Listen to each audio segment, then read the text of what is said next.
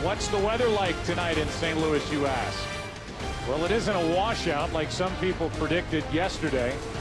It is 46 degrees, although you would have a tough time convincing people it is 46 degrees. It feels like it's about 3. The wind chill makes it feel like 38 degrees, and you can see the wind is at 23 miles per hour out of the northwest. And here is the lineup for the Tigers, and it's brought to you by Bank of America. Same look as last night for Jim Leyland. Granderson leads it off, and Monroe batting second. Carlos Guillen hits third. Ordonez cleans up. Sean Casey had a big night last night. He's in the number 5 spot again. Ivan Rodriguez does the catching. He had 3 hits. Polanco still hitless. Brandon Inge is batting 8th. And Justin Verlander is pitching and batting 9th. And here is the former Tiger, former first-round pick for Detroit back in 1998. Jeff Weaver making the start here in Game 5. State Farm covers the field, and here's a look at the Cardinals defensively behind Jeff Weaver. So Taguchi gets the start in left, Edmonds in center, Chris Duncan in right, with Roland, Eckstein, Belliard, and Pujols around the infield. Yadier Molina does the catching. The 2006 World Series brought to you by Budweiser Select, brewed longer for a bold taste that finishes clean. Expect everything. Strike 1 on Granderson up there, ready to rip. Only 2 for his last 23, covering 6 games and 1 for 18 in this World Series. And 0 for 3 against Jeff Weaver in Game 2.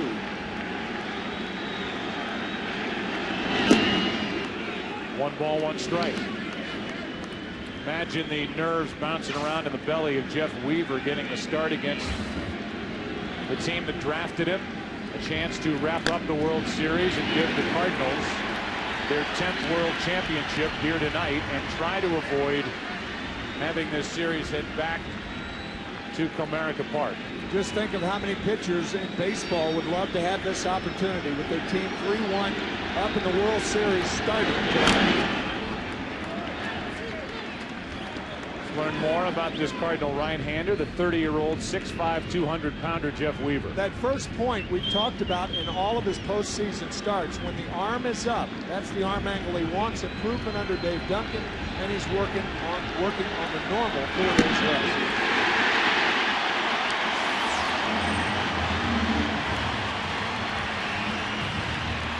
A strikeout of Granderson to start the night for Weaver.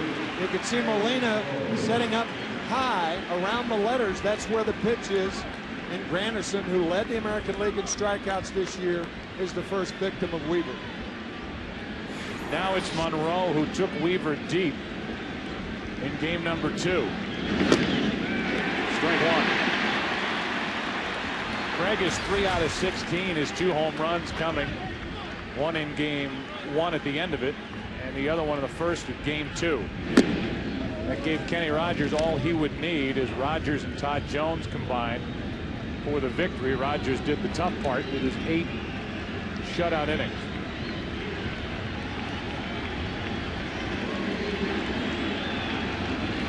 If there is a game 6 tomorrow night in Detroit, Anthony Reyes would take on Kenny Rogers.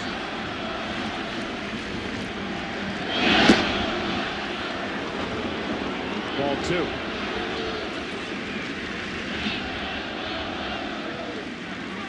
It is Weaver and Verlander tonight. It's Monroe up with Guillen on deck.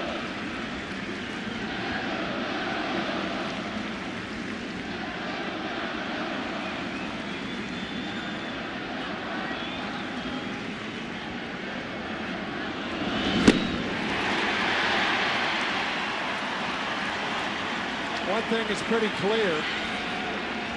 When you're facing elimination in a World Series, it's very difficult to sit down in the dugout. Almost all the Tigers, and really for that matter, all the Cardinals standing.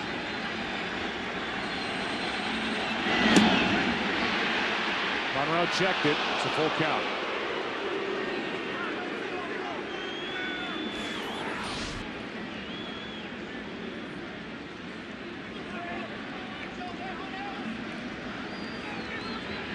No doubt that Monroe did not offer it that pitch, and now 2 out.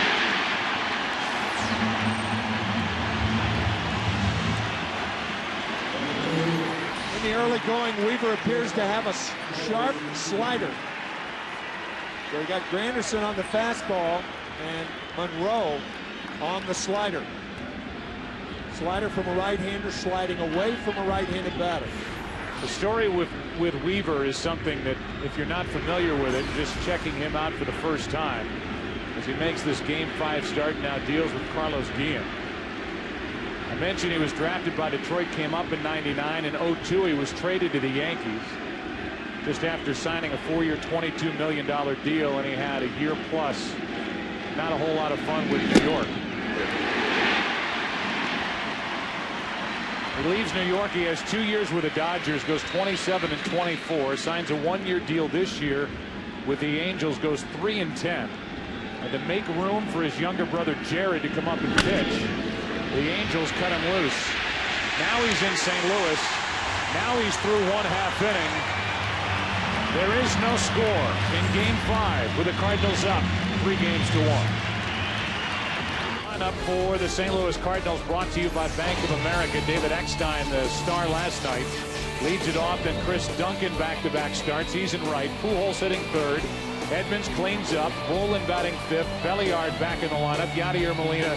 So Taguchi gets the start in left. Then the pitcher, Jeff Weaver, as Justin Verlander, the 23-year-old rookie right-hander, makes the start here in Game 5, trying to get the series back to Detroit.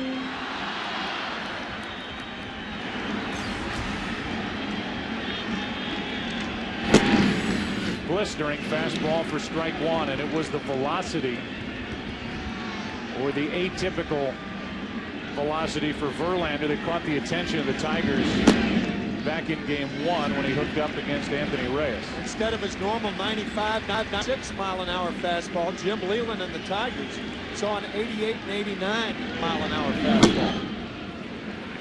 There's 94 from the right-hander, and he's behind on the count to Eckstein, 2-1. Justin trying to turn that apprehension into positive energy for the Tigers. Eckstein hits it in the air to left field, and easy for Monroe. 1 away.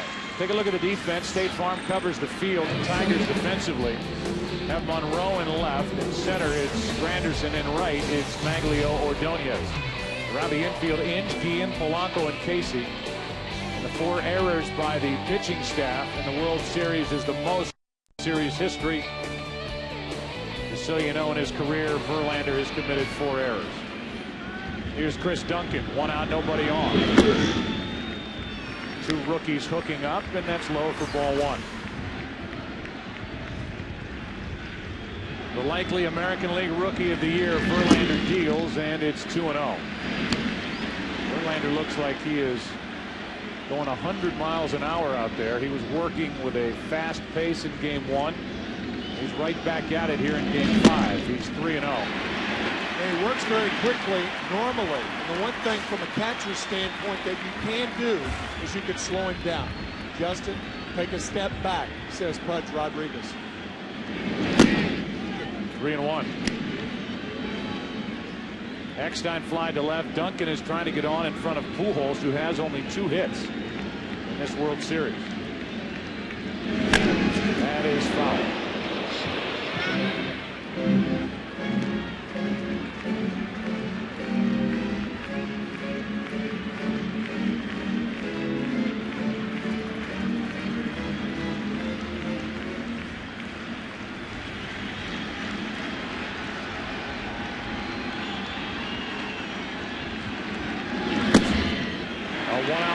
Pretty good pitch. Verlander does not get the call. 1 on, 1 out. And our MasterCard keys to the game. A lot of ways to put it, but what the Tigers will attempt to do is to have 3 one-game winning streaks. For the Cardinals, they want to get it done in front of this very, very faithful following here in St. Louis. Pujols now. I mentioned only 2 hits in this World Series for the Cardinal MVP. One of the 2 hits, a home run to right off Verlander back in Detroit. And that skips in there. Duncan down to second with 1 out. That was a pitch thrown out of nervousness right there. to Albert Pujols. You rarely see a major league pitcher throw a 57-foot fastball. You'll see him throw a changeup, a breaking ball in front of the plate, rarely a fastball. That pitch was a sign of nervousness. Certainly understandable. First base open, a 1-0 pitch to Pujols, who's in for a strike. 99 on the radar gun, a good sign for the Tigers. One thing they've been working on the side with Verlander to try to get some of the velocity back is to get more of his leg drive. Stay more compact, right. Strike 2 on Pujols. Verlander made a pitch too good with first base open in game 1, and Pujols took it the other way. A 2-run shot. The only other hit for Albert was a double in game 3 the opposite way.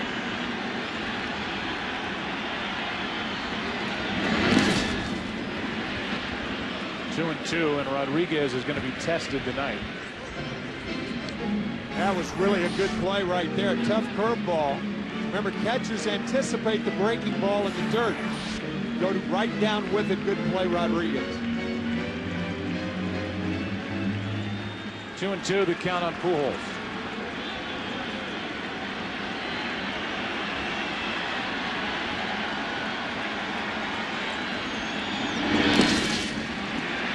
Tested again as Rodriguez. If you're going to test somebody, he's the best in the business, but it might be a long night tonight catching this 23-year-old excited rookie. That is the third ball in the dirt to Albert Pujols.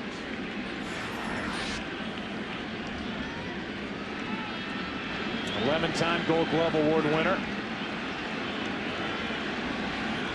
3-2 count now on Pujols with Edmonds next.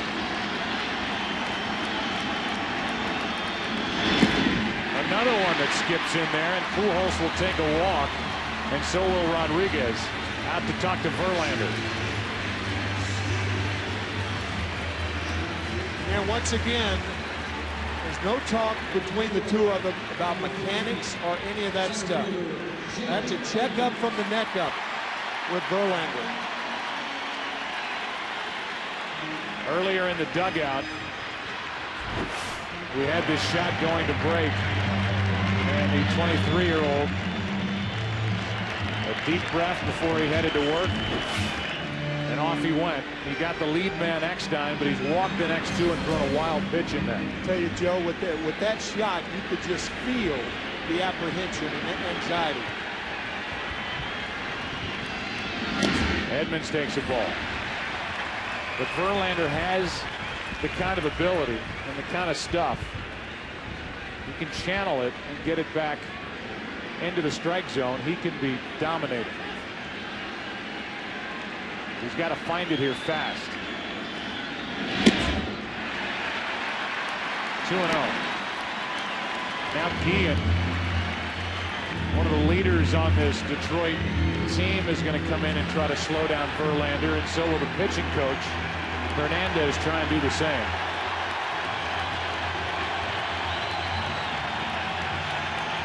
It's worth mentioning that this is the typical day, rest-wise, that Kenny Rogers would be available to pitch. He matched up against Jeff Weaver in Game 2 back in Detroit.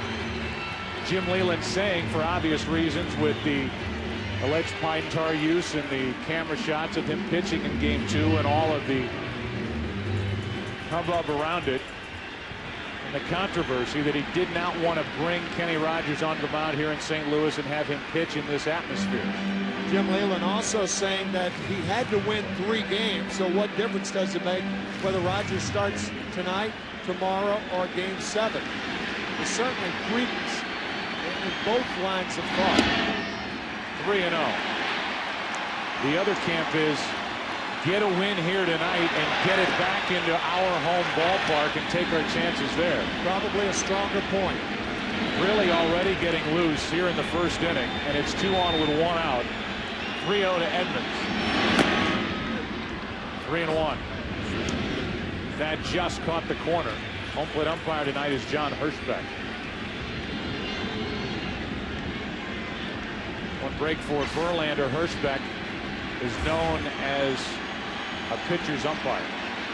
Wide strike zone.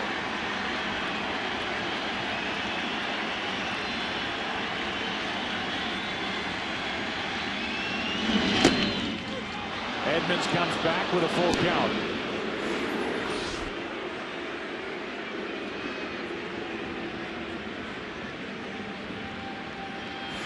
Caught the edge according to Hirschbeck. It's 3-2 with 2 on and 1 away. Now we'll see if Tony La Russa sends the runners. I don't think so, with Edmonds' propensity to strike out. This would be a huge out for Verlander to come back and get. He was 1 pitch out of the strike zone away from loading the bases with 1 out for Rolen, who was hit in 9 straight. He's fought back to a full count on Edmonds.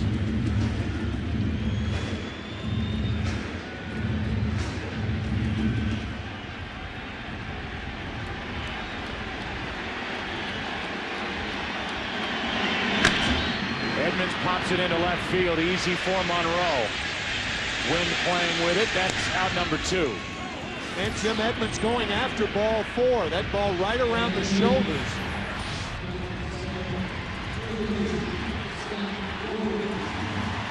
I do not think Verlander would have gotten that call. So Edmonds helping Verlander out. Verlander and the Tigers. Now it's Rolen. Rolen also homered off Verlander back in Detroit in game 1. See what he's done with the bat. A 9-game hitting streak since he was benched in game 2 of the NLCS.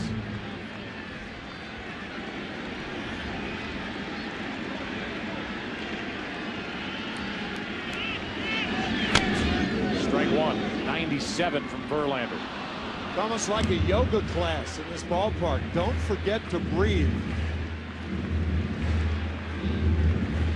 Verlander trying to slow it down a little bit now, taking the ball behind the mound, rubbing it up, and not just getting it and throwing it like he was doing to the first 3 hitters.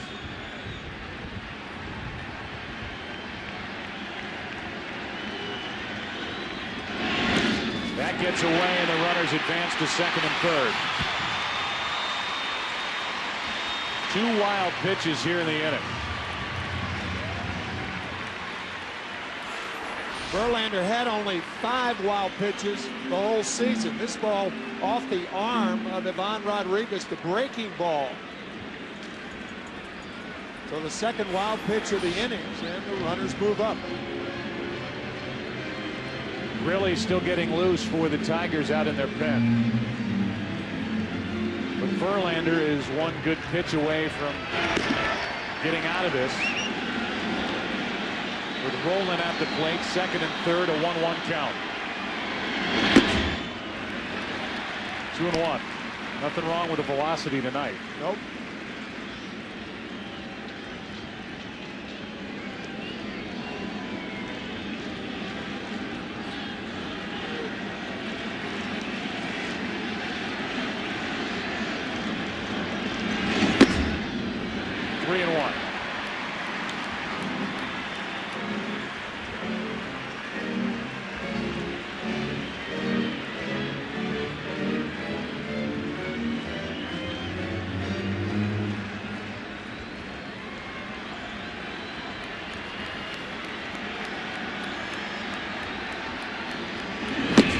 Bases loaded, 3 walks and 2 wild pitches here in the inning. Belliard's coming up.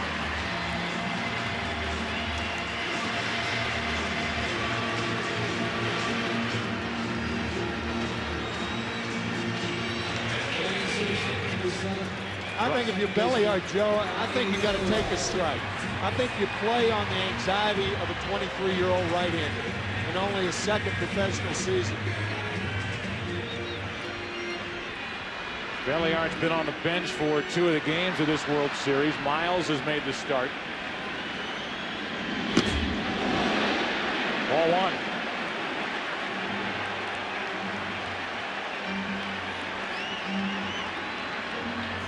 Again, if you're Belliard, take a strike.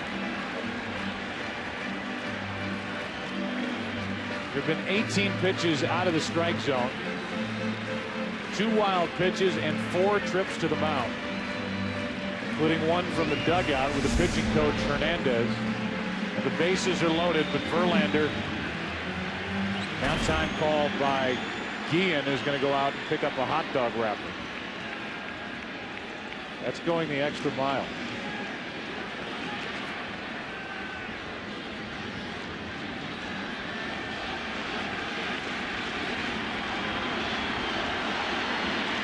Bases loaded, 2 out.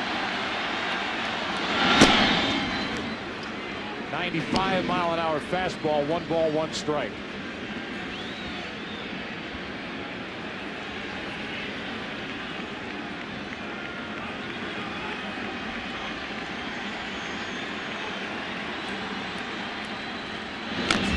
Strike 2 on Belliard.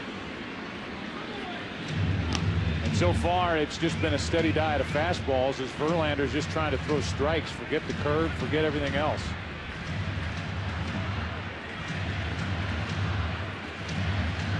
Does he dare try to break off a curveball here with the bases loaded, 2 out and a 1-2 count? I don't think so.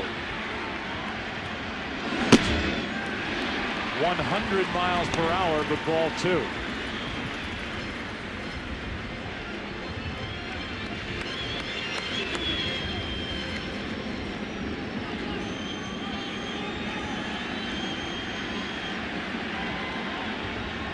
Time called by Belliard.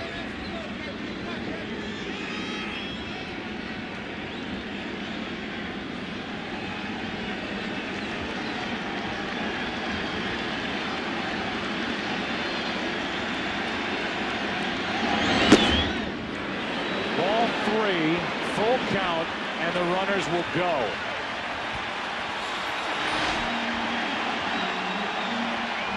Very, very close 2-2 fastball. That could have gone either way.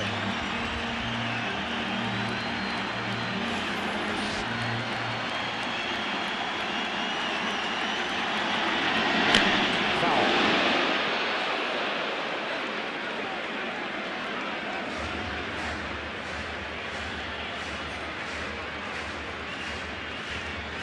Duncan will tiptoe from third. Pujols will take off from second, and Rolen will take off from first.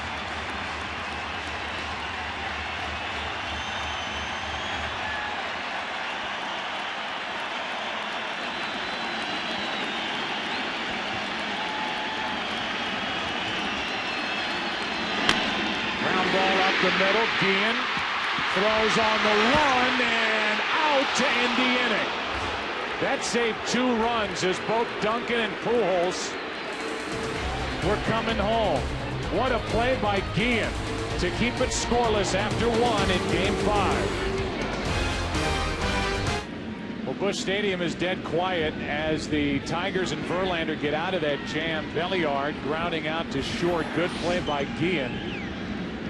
And a great play by Casey on the other end. I couldn't help but be taken by not only Sean Casey pumping his fist, but Verlander pumping his fist, almost like it was a clinching situation. They just got out of the first inning.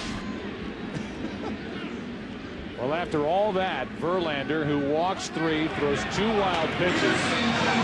Tigers shoot off the field. Still a scoreless game, and Ordonez swings at a pitch over the inside part. 1 ball, 1 strike. There are the numbers for Maglio in this World Series. So far, he is just 2 out of 15. Sean Casey on deck, then Ivan Rodriguez against Jeff Weaver. On the outside corner, strike 2.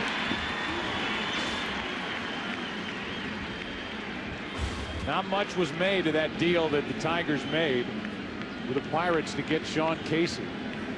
You've got a great glove guy at first base when you pick up Casey, and a lifetime 300 hitter. He has been, along with Carlos Guillen, the 2 hitting stars for Detroit in this World Series. And your point in the opening, Joe, about Maglio Ordonez. Ordonez is, you know, that contemporary expression. He's got to step up. Showed his numbers. They're horrible for the World Series after clinching the ALCS. And he strikes out to start the second. 3rd strikeout for Weaver. You don't see that low fastball swung through that often by major league hitters. But Weaver getting Ordonez on the down and in fastball.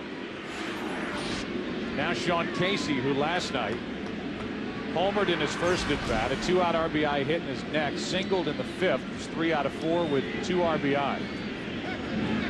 Postseason hitting just under 400, and for this World Series, 6 out of 13.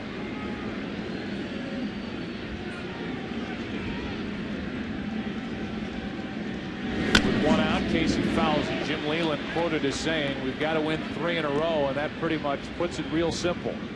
Are we capable of doing that? Absolutely. Are we in a good position? Absolutely not.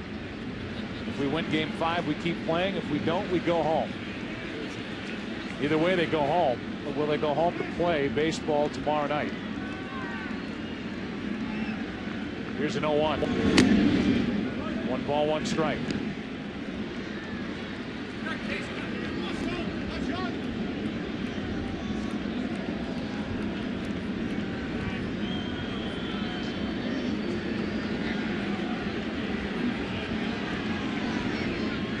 With 1 out, nobody on. Casey swings through it, strike 2.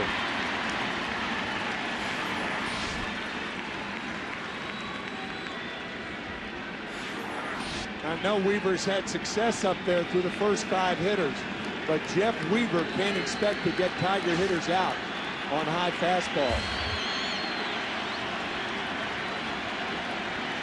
Not on a consistent basis. On the inside corner, 2 out. 4 strikeouts for Weaver. This a tailing fastball that comes back over the inside corner to get Casey. And that's what Weaver has to do to be successful. Move the ball in and out and keep those left-handed hitters from hanging out over the plate waiting to jump on something. That's how he had success against the New York Mets and their 6 left-handers that they threw at him.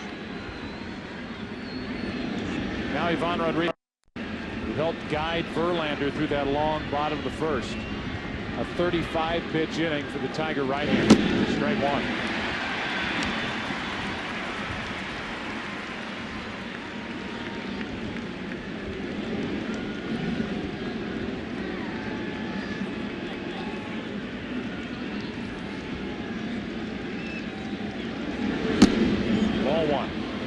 St. Louis in the bottom of the 2nd will have Molina, Taguchi, and Weaver. Bottom 3 in their lineup against Verlander. He has a chance to calm down in the dugout or the clubhouse or wherever he chooses. Ground ball to Eckstein. And Weaver is perfect through 2. Bottom of the 2nd here in St. Louis. Bottom of the order coming up. No score in game 5. We see those guys and gals working every day. They're working hard to try to make it a great experience on DVD. So check it out, MLB.com. Ball 1 high from Verlander to Molina. Verlander walked 3 through 2 wild pitches in the 1st, and he guides 1 into the strike zone there for the Cardinal catcher. 1-1. Taguchi on deck, and then Weaver the pitcher. That's strike 2. Change up after 2 fastballs. And sometimes you go through a 1st inning like that where you throw 35 pitches and you get out of it, and that helps relax you. Breaking ball missing, and it's 2-2. Molina has had a terrific postseason. 327 overall, and he's hit 2 home runs, driven in 8. Up and after that one, still 2-2.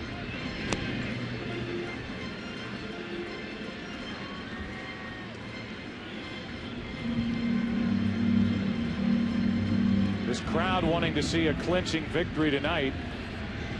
Wild in the bottom of the 1st inning like Verlander, but they have been quiet since Justin got out of it. Now Molina's on with a leadoff hit. Catcher Yadier Molina So Taguchi will be the hitter, and we check in with Chris Myers. Hey, Joe, Justin Verlander said he gets nervous before every start. It's a part of his makeup. He got through most of his anxiousness in the Yankees series, but he was relaxed in the Tiger clubhouse before the game, playing his teammate in a video baseball game on PSP. Said he didn't want to talk about the real game, but he'd talk about his video game. I said, how'd you do? He said, not good. He gave up a home run in the 8th and lost. Let's hope the real game is different. Thank you, Chris. 1 on, nobody out. The batter is Taguchi. 1 for 8 in the World Series. Bunts. Inge with a bare hand pickup for the out. What a good play by Brandon Inge, who took a hit away from So Taguchi. Boy, that was a terrific play on a hard bunt. A tougher play because it was bunted so hard. But Inge picking it up with the index finger and the middle finger in throwing position.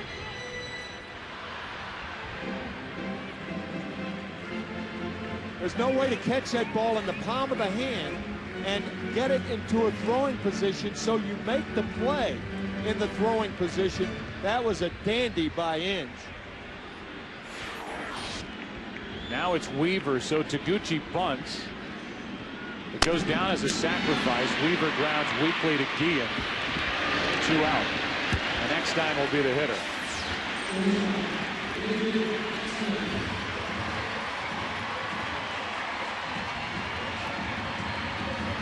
Number 8 hitter Taguchi bunting for a hit.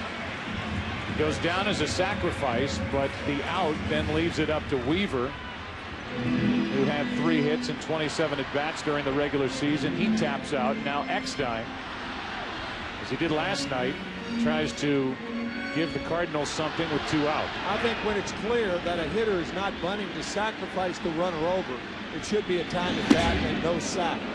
In that situation, clearly, Taguchi trying to bunt him over, but not for Jeff Weaver.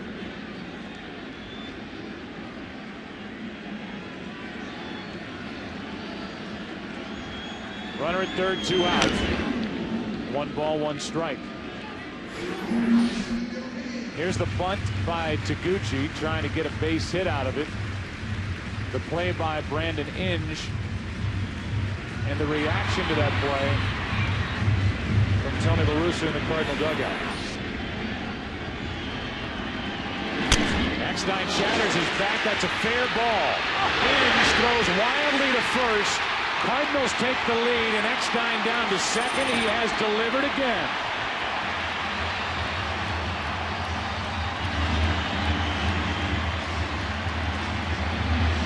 Probably a hit and an error. Have to wonder how that ball stayed fair. It was a great backhanded pickup by Inge. And by the time he got to his feet, he throws wildly to second base side of first base. And Eckstein takes second base. Good throw, he has it. It is a single, an RBI E5 on the throw to send Eckstein down to second. Now Duncan takes eyeball 1. So the Cardinals out in front tonight with a run here in the second and a chance for more. Duncan was walked his first time up.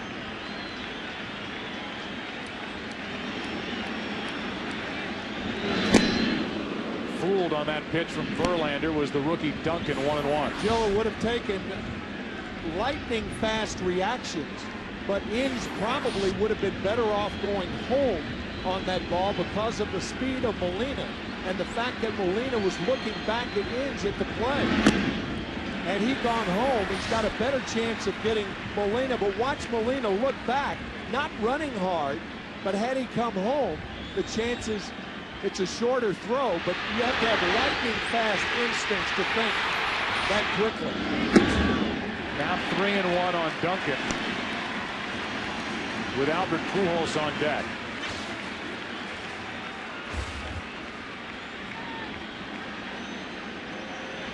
Weaver has a lead.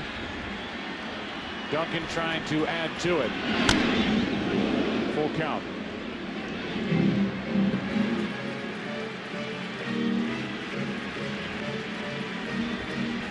Tigers Tigers join a list they want no part of. The first team to commit an error in each of the first 5 games of the World Series in '79.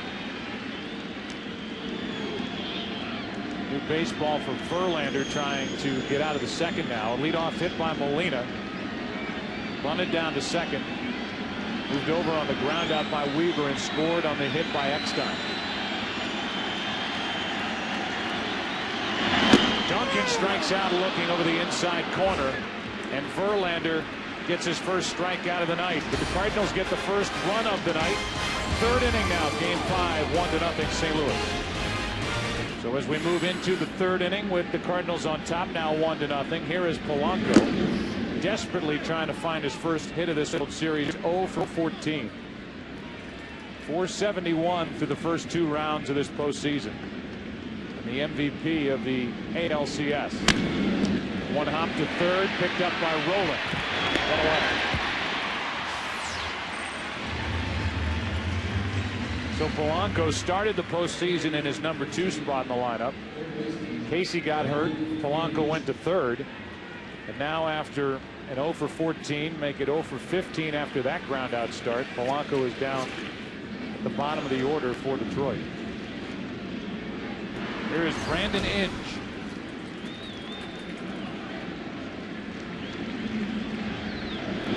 Last night, as he takes low on a breaking ball from Weaver, Inge hit an RBI double off Adam Wainwright at the top of the 8th inning to tie the game at 4.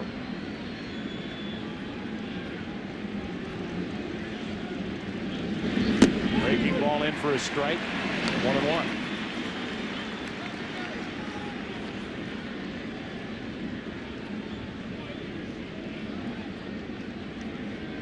One out, nobody on. That misses down and away. 2-1. Who would have thought it with Jeff Weaver, a guy who was 5 and 14 in his first 26 starts this year.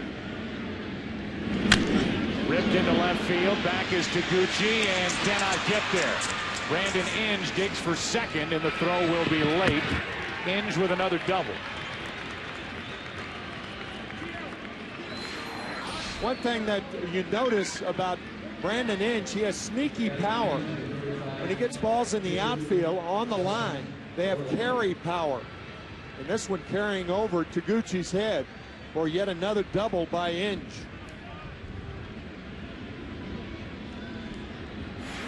Inge with 2 hits last night. On base 3 times last night. Now he's out at second base with 1 away for Verlander. And he's 0 for 1 in his career swinging the bat.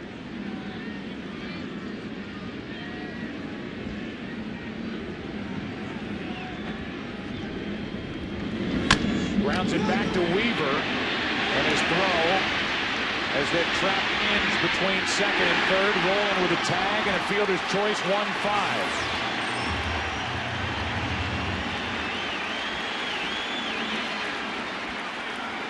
Jim Leyland looking for the jacket for Justin Verlander, but another mistake by the Tigers, this time on the bases.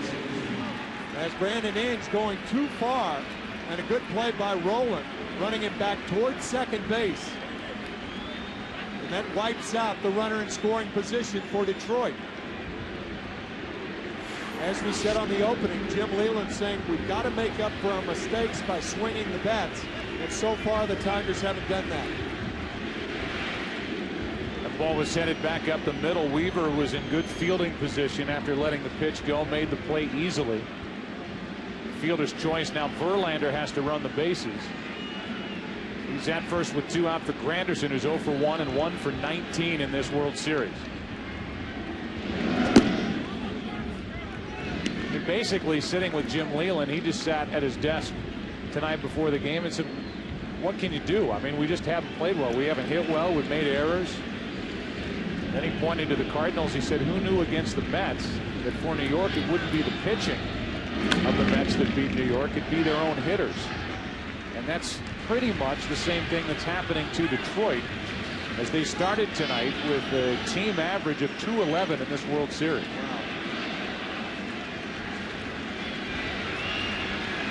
But a lot of mistakes, not just a lack of hitting. Granderson lines one into center, And you see what that base running play by Inge did. Took a run off the board possibly for Detroit. As Granderson gets the base hit, it's 2 on with 2 out. And before the at bat, here is Curtis Granderson. What's up? Maybe. Pitchers get that luxury. They get to run the bases with the jacket. I don't know why they don't let us do it. Such a nice, neat guy. And Granderson talking to the fans by the on-deck circle as now Monroe has a chance with 2 on and 2 out to do damage for Detroit. Lead runner is Verlander, the pitcher. The trail runner is Granderson with great speed. And Inge is still over there shaking his head after being trapped on the bases. To third. Roland smothers it and throws it. The Tigers get 2 hits, lose Inge on the bases, and it hurts Detroit. Bottom of the 3rd inning, game 5. Part of the order for the Cardinals up by 1. Game goes into the bottom of the 3rd inning. And Verlander back to the hill. Pujols first up. Edmonds and Roland will follow. And that spins Pujols out of the batter's box.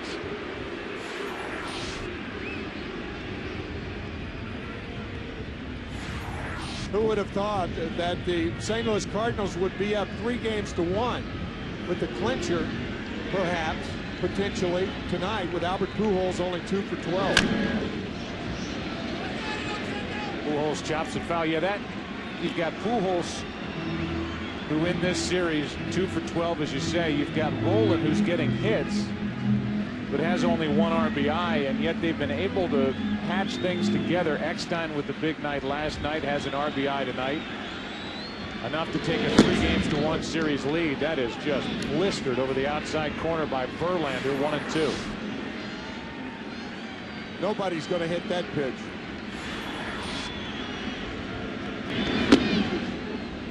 Two and 2. Pujols missed 2 weeks with a strained oblique muscle. Came back quickly. Had to spin out of the way of that first pitch on this cold night. Had a little reaction after it. Now he rips one into left field for a base hit. A leadoff hit for the Cardinals, their 3rd hit of the night.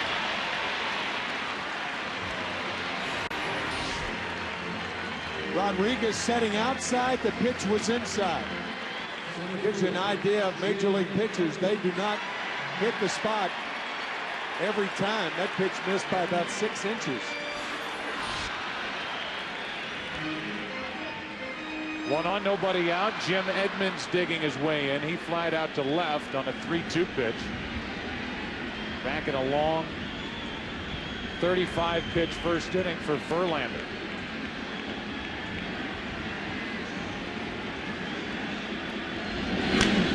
Strike 1. That was hittable. Edmonds missing the high fastball. He'd like that one back.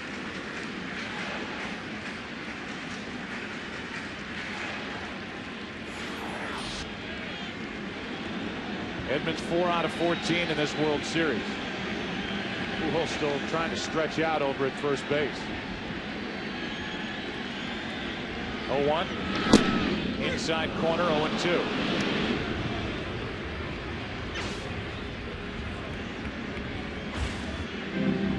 This Detroit team, remember, down the stretch, they lost 31 of their last 50. And then their last 5 games to a combination of Toronto and Kansas City to lose the division. They were the wild card. It looked to all the baseball world like they had put that stretch way behind them. And after losing the first game of the division series at Yankee Stadium, they won the next 3 against New York. Swept Oakland 4 straight. Jim Leland is trying to find the right formula with his lineup. Cut down on these errors. Get some big hits.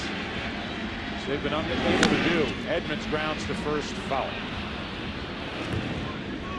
Still 1 and 2. The Cardinals, on the other hand, almost let a 7-game lead slip away to the Houston Astros. Got down to a half game entering the final weekend. And And it took a win by Atlanta over Houston on the final day of the season to assure the Cardinals that they would not have to play an extra day as a makeup game against San Francisco the Monday after that final Sunday, and they were in the postseason, but not expected to do much. 2-2. Yet here they are after getting past San Diego, then the Mets in 7 games, leading this World Series. 3 games to 1. The experts are idiots. That is well said. Here 2-2. Full count.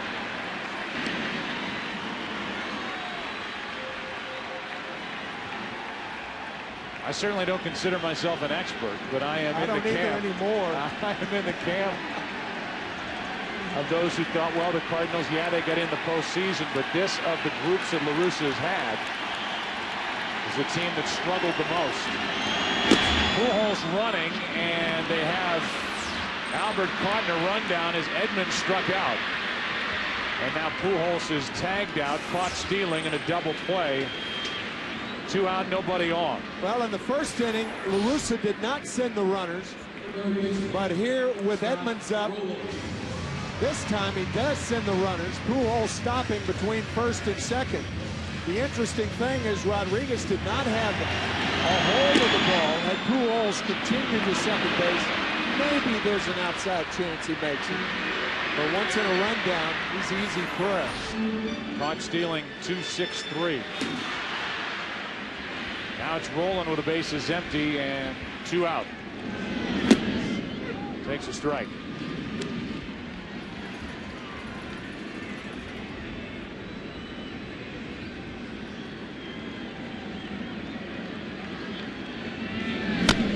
Roland pops it up. Second base position. Polanco is under it.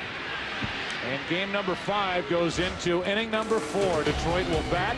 Big bats coming up for the Tigers, down 1-0. 3, 4, 5 hitters for Detroit against Jeff Weaver. That means Guillen, Ordonez, and Sean Casey 1-0 St. Louis on the RBI hit with 2 out by Eckstein in the second.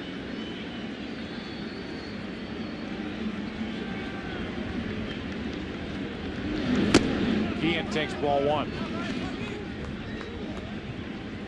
What Detroit needs in the way of opportunities is first and third, nobody out. First and third, 1 out. That's how you get those multi-run innings. And Detroit has had a lack of those through these 5 games thus far. Guillen flied out to left his first time up. That's to first and comes back for Pujols, who limps to the bag. 1 out.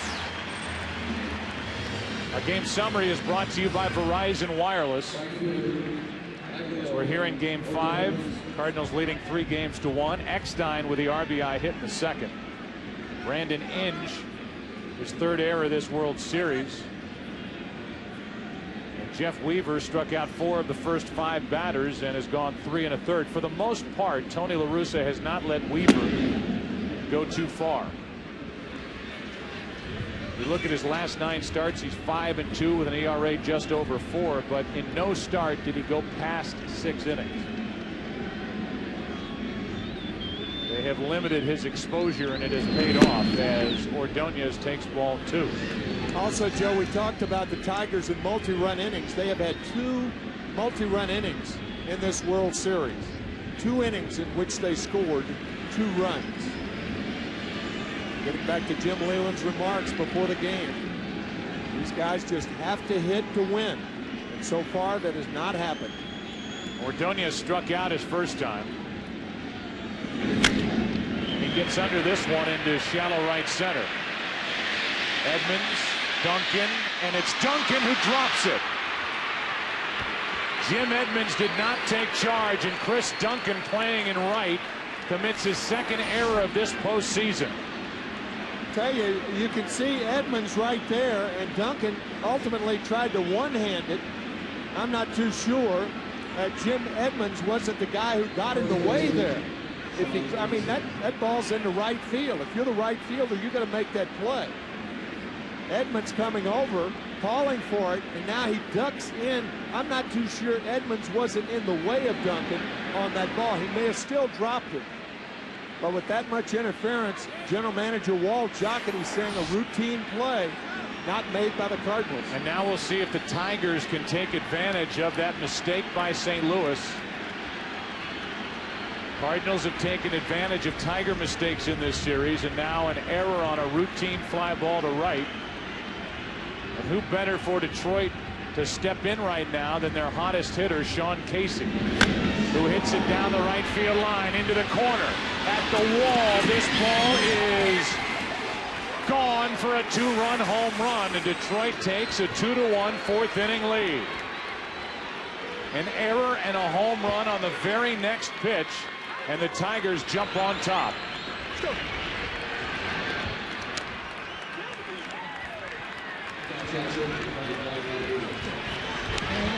Talk about a momentum changer in a heartbeat.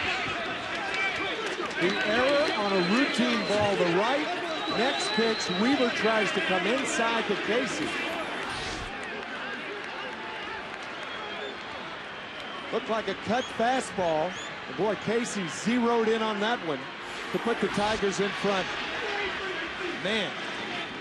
Now with one out, Rodriguez trying to bunt his way on, fouls it. Strike one.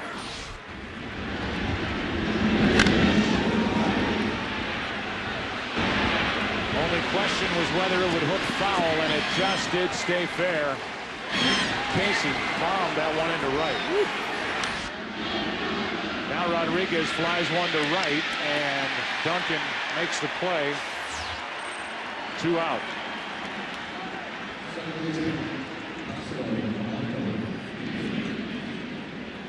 We saw Edmonds earlier in this postseason on a ball in left center cut in front of Chris Duncan to make a play. Edmonds was certainly there. Duncan was there waiting for that fly ball in right. Edmonds ducked behind him. Duncan missed it. The home run followed. The Tigers take advantage of the mistake, and now Polanco takes a strike, and we get another look. Duncan just learning the outfield. He makes his second error of this postseason, and Polanco hits a one-hopper to Belliard. Polanco is now 0 for 16, but the Tigers take the lead. An error, a 2-run home run. 2-1 Detroit after 3.5. Bottom of the fourth inning now. Verlander has a 1-run lead. The Cardinals will have Belliard, Molina, and Taguchi. If anybody gets on, Weaver the pitcher. 2-1 Detroit on top. Belliard grounded out with the bases loaded in the first, and he hits it here in the left right at Monroe. 1 pitch, 1 out. Tony La Russa chatted with us during the last break. So Tony La Russa in the top of this fourth inning, an error, and the Tigers took advantage of it. Sean Casey has been red hot. Let's talk about Duncan out in right. What did you see from the dugout? It looked like Edmonds was in a position and then ducked behind Chris right as the ball was coming down. Yeah, it looked like Jim got, they over aggressive, and it was a routine play for Chris. But I think Jim just got aggressive outfielder and distracted him a little bit.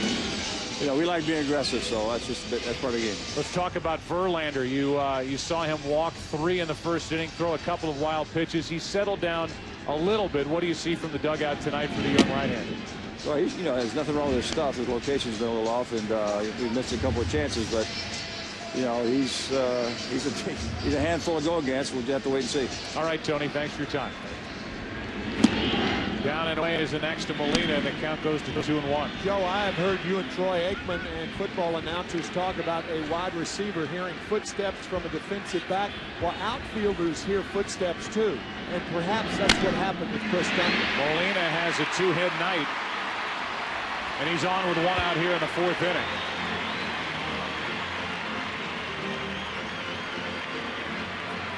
That's his 8th multi-hit game in postseason play. He had 17 all regular season for the Cardinals. He's on with 1 out here, and so Taguchi steps in.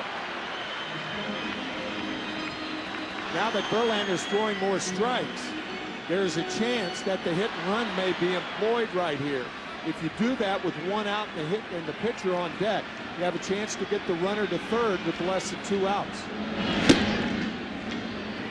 Ball 1. If you're going to do it, now's the time to do it because the count's in the favor of the Cardinals.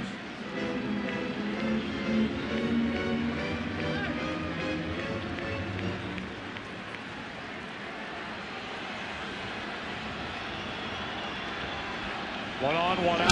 Taguchi up the middle. That's a base hit. Molina will stop at second. And there are 2 aboard here in the 4th inning.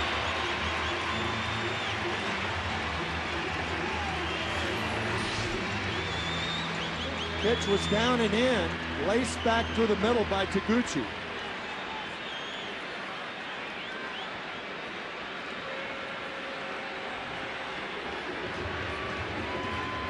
And now a visit from somebody from the dugout to get the spikes or the dirt out of the spikes of Verlander on this wet track.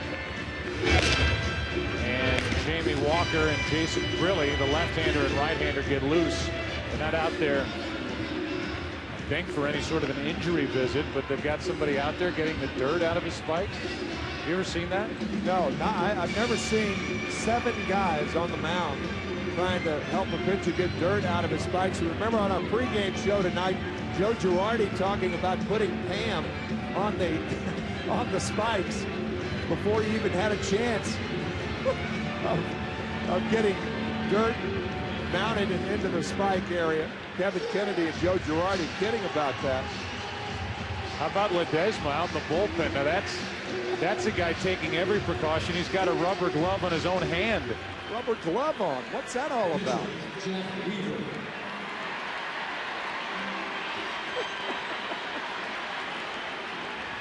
Some of that bomb that we hear. No, Clemens likes to use that stuff. As Weaver trying to bunt, pops it up and backing out of play. The point is about them coming out to get the mud out of the spikes of Verlander.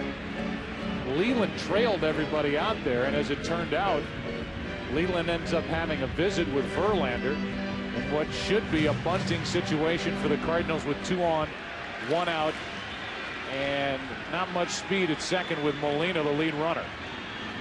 The bunt to Verlander, the play to third, and the throw. Another error by a Detroit pitcher. This game is tied, and it's second and third with only 1 out. Unbelievable. 2-2 in the 4th. Second error of the series for Verlander. He didn't throw the ball. He goosed it to third base. He just tried to push it over there. This is such an easy play, maybe a double play.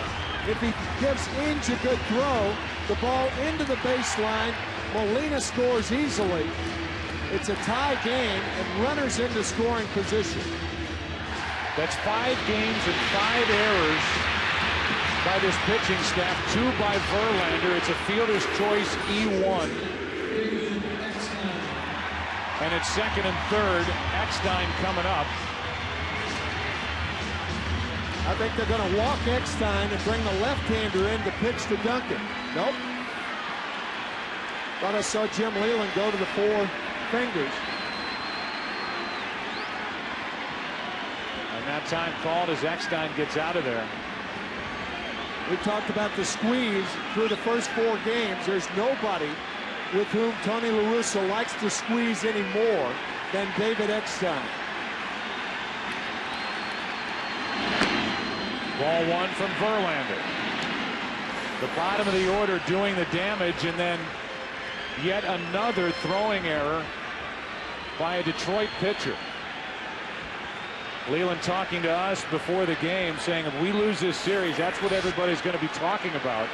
And you can add another pitcher error to the list. Eckstein hits it to short. A run scores. Throw to first out. Cardinals lead 3-2. Taguchi didn't run right away. Jeff Weaver ran, but Taguchi didn't. Actually, Guillen had a play on Taguchi at home. Why the delay on Taguchi's part, I don't know. Maybe the ball was hit so hard, a liner, and Ian goes right to first base. But watch the delay on Taguchi. Tough play by Ian, and I guess that's why he went to first base. But had he come home, he's got a shot at Taguchi. Now runner at third, Weaver, 2 out for Duncan. Down and in, ball 1. Duncan made the error. The Tigers took advantage. Now the throwing error by Verlander leads to 1 and then another.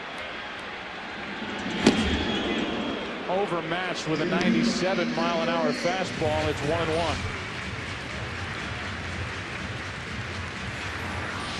The Cardinals did this throughout the NLCS against the Mets. The Mets would score, the Cardinals would answer. They've done it against the Tigers in this World Series, and they're trying to add to a 1-run lead.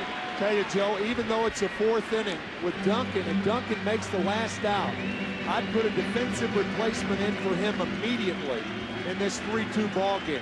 I don't think you could take any more chances with Chris Duncan in right field if you're LaRussa. Duncan pops it up on the infield for Guillen. The Cardinals get a couple thanks in large part to a throwing error by a Tiger pitcher. Back here in St. Louis, 5th inning now of Game 5. Each team got 2 in the 4th. 1 unearned run scoring against Weaver.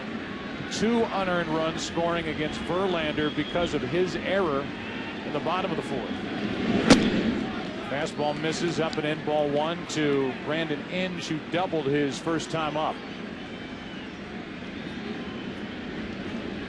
Verlander is in the circle, and then back to the top, Granderson. 1-0. Breaking ball, 1 ball, 1 strike.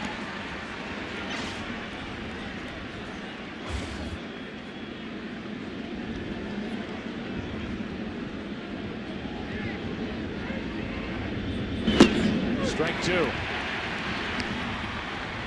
Tony La Russa talked about errors that pitchers make, and some guys, he said that's an area where you can improve, and it's something that you know next spring training Jim Leyland will have his pitchers, no matter what happens the rest of this series, working early and often on pitchers field their position. Inge strikes out, strikeout number 5 for Weaver, and Verlander will be the hitter. Fox NFL Sunday returns as the Bucs take on Tiki Barber and the Giants in New York. Or Torrey Holt and the Rams look to slow down LaDainian Tomlinson and the Chargers, or other regional action. It all begins Sunday with America's #1 pregame show at noon Eastern, 9 a.m. Pacific on Fox. Rondé Barber has had a great season. His brother Tiki, 647 rush yards, and he has announced that this will be his final year in the NFL. So enjoy it on Sunday. Tampa Bay and the New York Giants. Here's an 0-1. Verlander takes strike 2.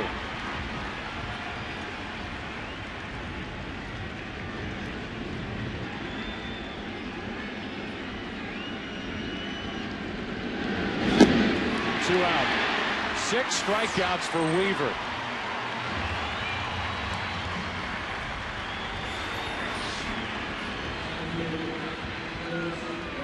Back to the top of the order.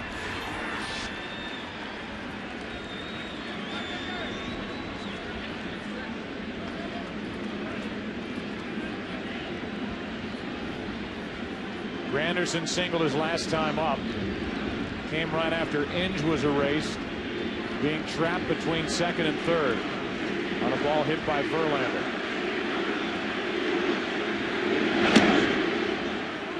Ball 1 high.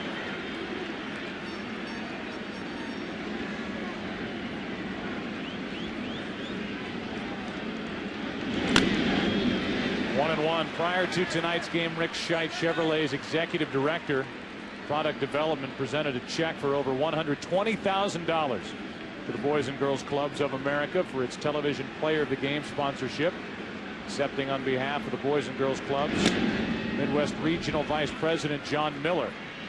For over 100 years, MLB and the Boys and Girls Clubs have been helping to build better communities throughout the U.S. 2 out, nobody on. A 2-1 pitch. To Granderson. Molina wants it down. It wasn't down, but it's by the bat of Curtis Granderson. And Weaver could strike out the side here in the 5th. Now, Weaver's gotten away with a lot of fastballs up in the strike zone tonight. These Tiger hitters, with the exception of Sean Casey, remain cold. Still 2-2. I tell you, Joe, I could not help but be taken by the lead line of Joe Strauss, who writes for the St. Louis Post-Dispatch today. And he said, even at its highest level, the game remains a simple one. And think of all the simple things in this series that have not been done by Detroit. Routine, simple, everyday baseball things, and the Tigers have not executed. 8 unearned runs allowed by Detroit. 3-2 now. A 2-out walk. See if that starts something for the Tigers. It continues the top of the 5th, and it brings in their big home run hitter this postseason, Craig Monroe, who has hit 5.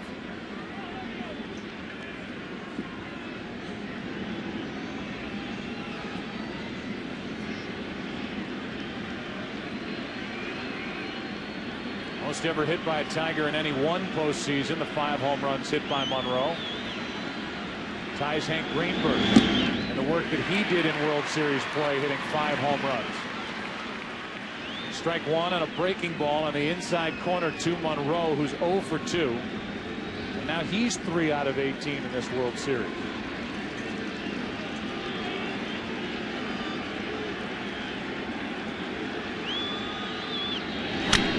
Off the end of the bat, behind third base. Eckstein puts it away.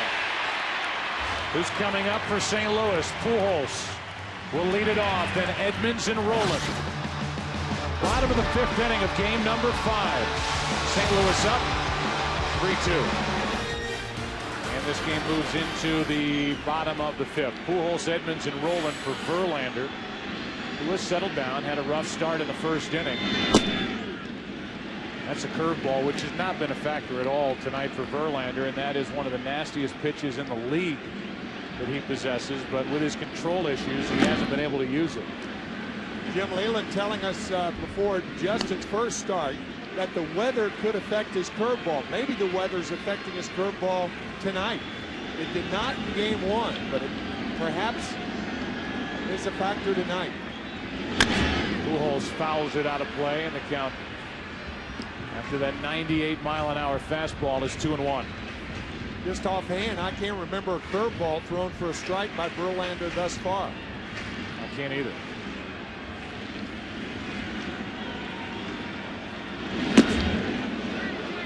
Check swing. He went around. Pujols flips his bat at home plate. That won't endear him to Tim McClelland, who takes a couple of steps in. No, Pujols went too far there. That's an easy call. I don't know why Albert is upset, thinking he would get the call, but that's a strike. McClelland was upset with the way Pujols reacted. Breaking ball strikes him out. There is a curveball for strike 3, and Verlander drops one in. Pujols. And McClelland is looking at Albert Pujols all the way back to the dugout. That fastball, he went too far on. And he flips the bat like that. He tried to catch it, and now McClelland looking at Pujols in the dugout, and obviously Tony La Russa trying to deflect that. And the interesting thing is Pujols will be going back to first in the top of the 6th inning. Verlander misses up and away to Jim Edmonds.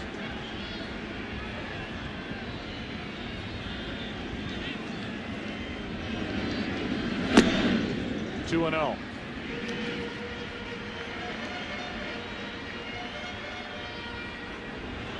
Edmonds is 0 for 2 and 4 out of 15 in this World Series. Hard hit. What a play by Polanco on a short hop and a backhand. 2 down. Let's go to Jim Leyland's interview. Well, Jim Leyland, I guess we have to talk about the obvious, and that's another throwing error by your pitchers. I'm sure you've never seen anything like this, and these are great athletes for you that are making bad throws over at third base. Yeah, well, we, you know, I think we just broke our own record. I think we said it yesterday. We broke it today. So I don't know if you can take PFP on the plane, but we might have to do something. That's pitcher field their position. It's something Tony was talking about before the game, and he said it's something that, you know, with a lot of work you can get better at, and not to make light of a serious situation. But for Verlander, he bent a little bit in that first inning, but he settled down and he has done his job on the mound. That throwing error was just a big mistake in this game so far. Yeah, well, it was a physical error. And the funny part about it, Joe, is the one thing we did work on the days off when we worked out was the bunt plays. So we've gone over and we had PFP during that time, during our little week off there that we had. We will continue the back end of the interview. 3-2 after 5 in Game 5. We move into the 6th inning here of Game 5, and the heart of the order will bat for Detroit. They have to get something done for the Tigers, who face elimination here tonight, trying to get the World Series back to Detroit. Ian, Ordonez, and Casey, the red-hot Sean Casey.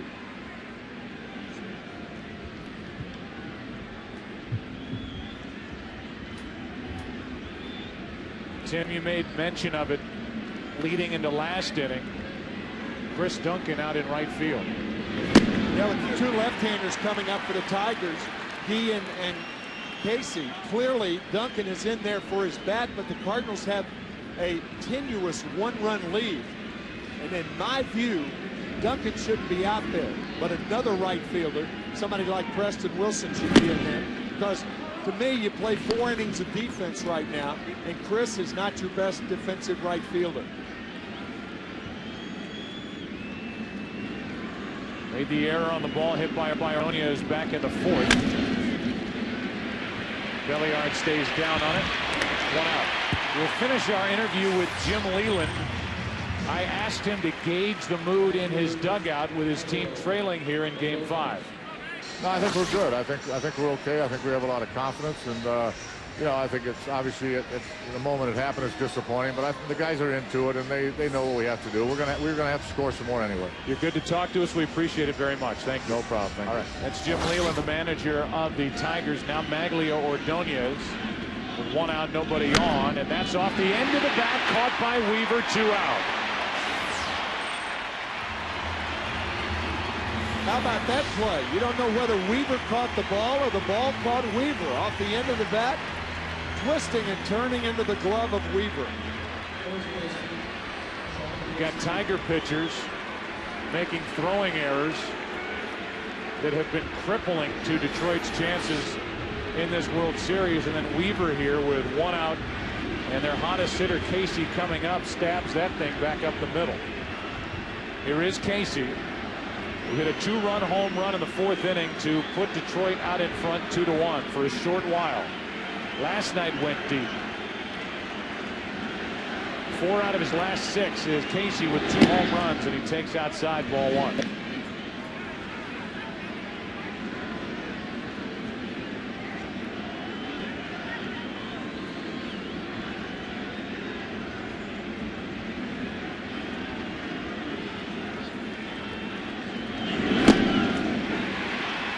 And 92 miles per hour from Weaver. He has turned in a beauty up to this point. Has not gone more than 6 in his last 9 starts. He has 2 out here in the 6th.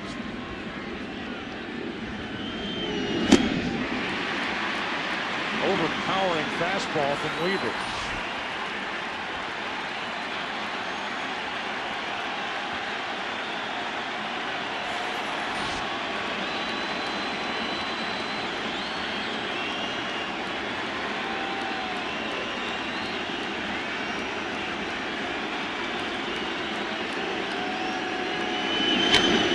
Hits it in the air to right. There's Duncan backpedaling, and he cannot make the play.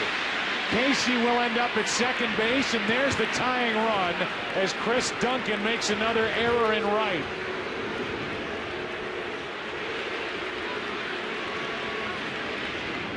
Tony La Russa had a chance to remove Duncan after the 4th inning.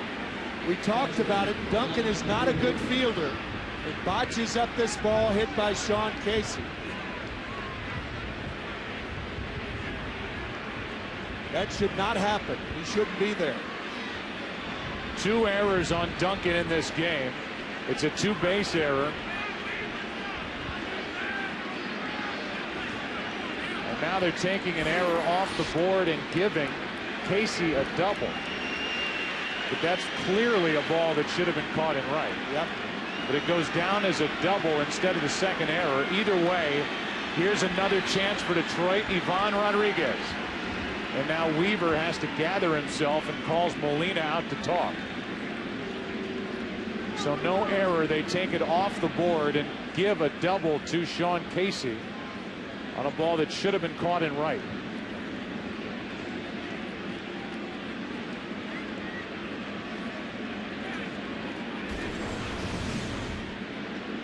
Game 6 tomorrow night on the air at 7:30 Eastern. That's if necessary from Detroit. Rodriguez and company would like to make it necessary.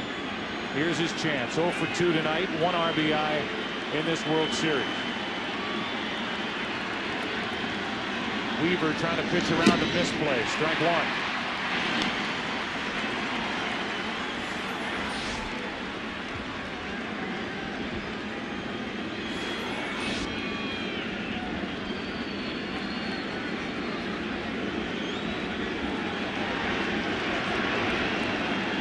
Desmond getting loose for Detroit. Strike 2. One of the few times that Weaver has dropped down tonight and delivered it sidearm. Perfect spot for Rodriguez.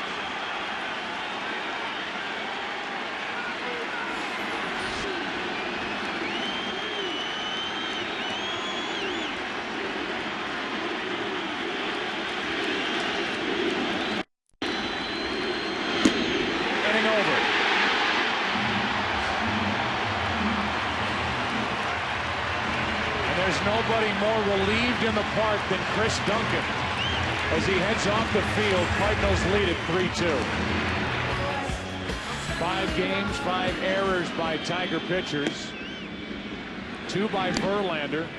2 unearned runs scoring for the Cardinals because of his latest in the bottom of the 4th, and that's the difference here in Game 5. That's on the outside corner. 1-1 on Ronnie Belliard. As we begin the bottom of the 6th inning, St. Louis on top. 3 games to 1 and leading here 3-2. Good pitch on a changeup from Verlander. 1-2. Belliard 0 for 2 tonight. Molina with a 2-hit night. He scored twice.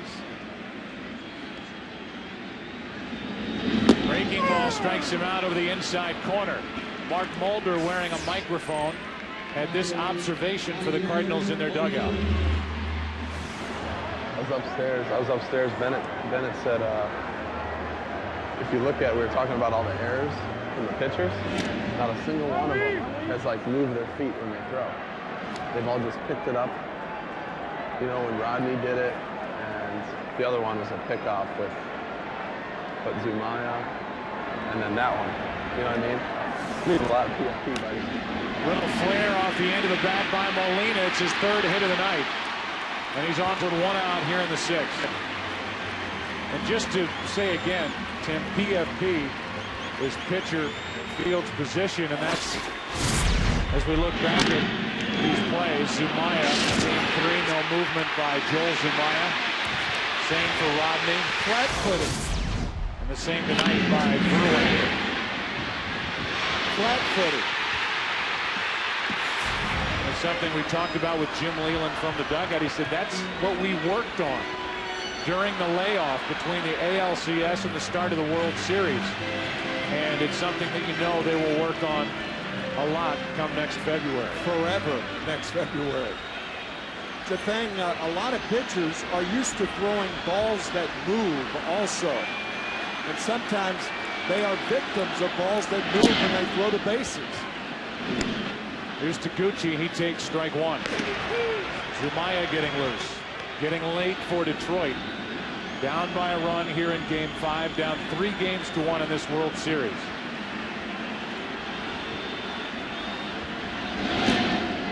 the dirt, blocked by Rodriguez.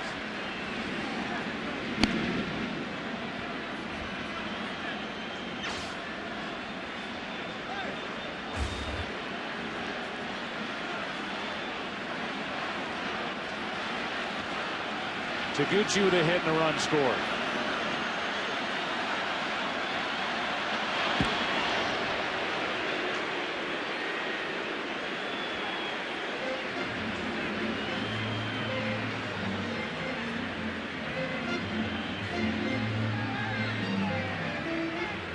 Taguchi is up there to hit with a pitcher on deck. No thought of a bunt. But Verlander and the Tigers are acting like he's up there throwing over with Molina, who's a step off the bag. Yadier Molina may be the slowest runner in the National League. And that may be the first throw to first base with Molina there all year. Yadi's got to be proud of that. He's looking over at Oquendo, smiling. They think I'm fast. Taguchi grounds one to the shortstop, and the only play at first out there is Guillen gets Taguchi. Down to second is Molina with Weaver coming up.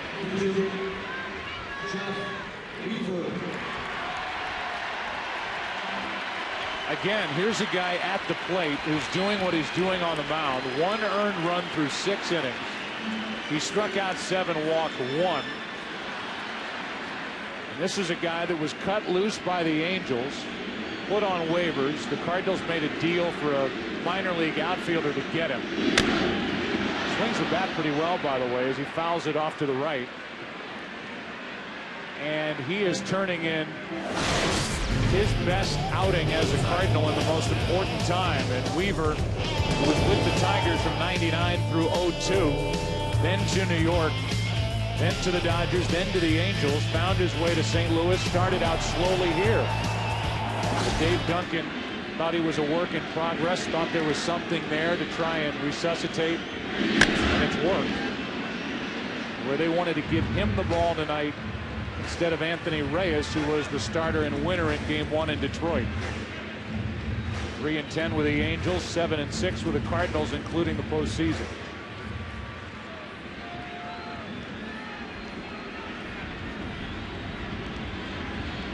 The 0-2 from Verlander. Down ball to Polanco. Game number 5 goes into the 7th inning. The Tigers will have the bottom 3 in their lineup as they trail by 1. Back after this from your local Fox station. Weaver back out there for the 7th inning. Bottom of the order coming up for the Tigers. Preston Wilson takes over in left. That moves So Taguchi from left to right. Chris Duncan is no longer out there in the field for St. Louis. Polanco 0 for 2. 0 for 16 in the World Series. And he takes a strike from Weaver.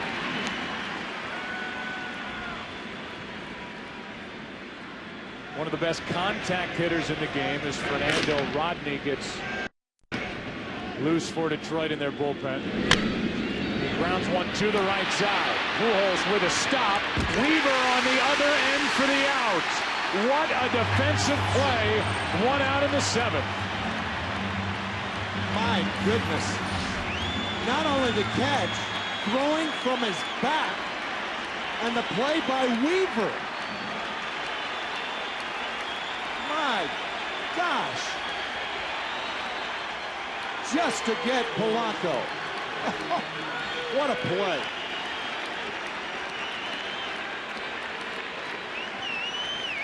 Just beating Polanco's left foot to the base was the right foot of Jeff Weaver.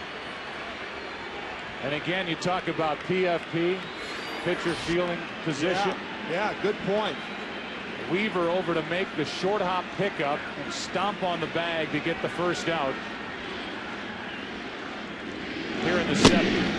And a fastball hits the outside corner to Inge. This is also one of those situations where a size 13.5 beats a 9.5. Foot of Weaver compared to the foot of Polanco. Breaking ball outside.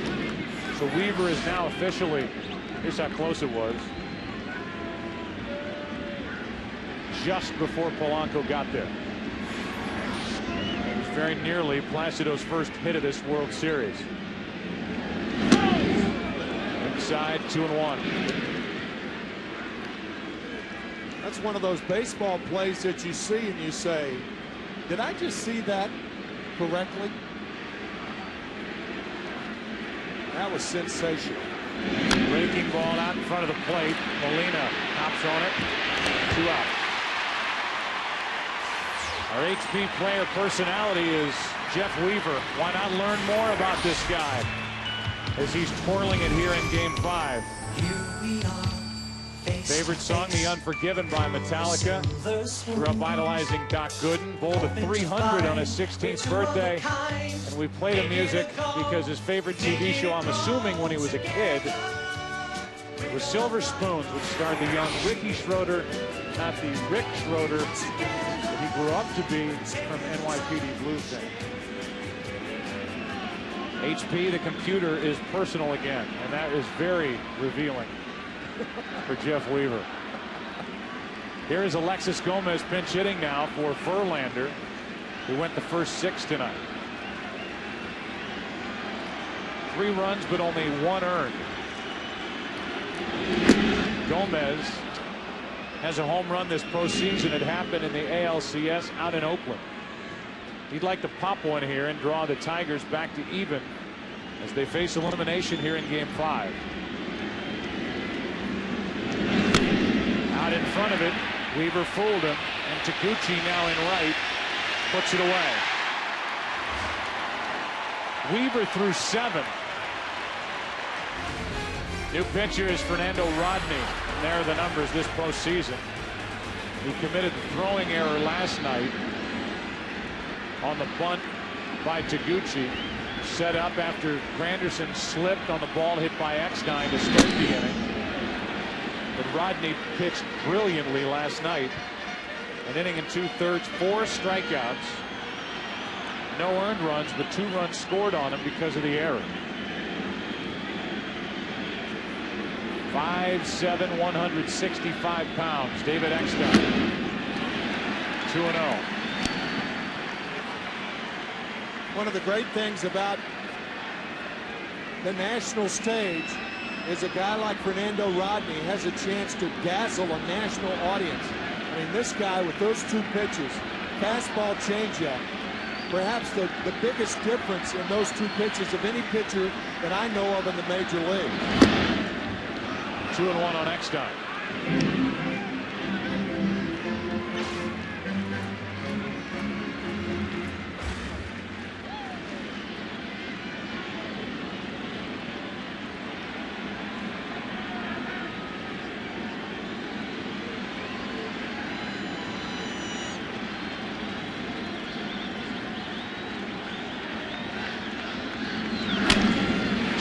Side from the hole. Guillen double clutches, safe.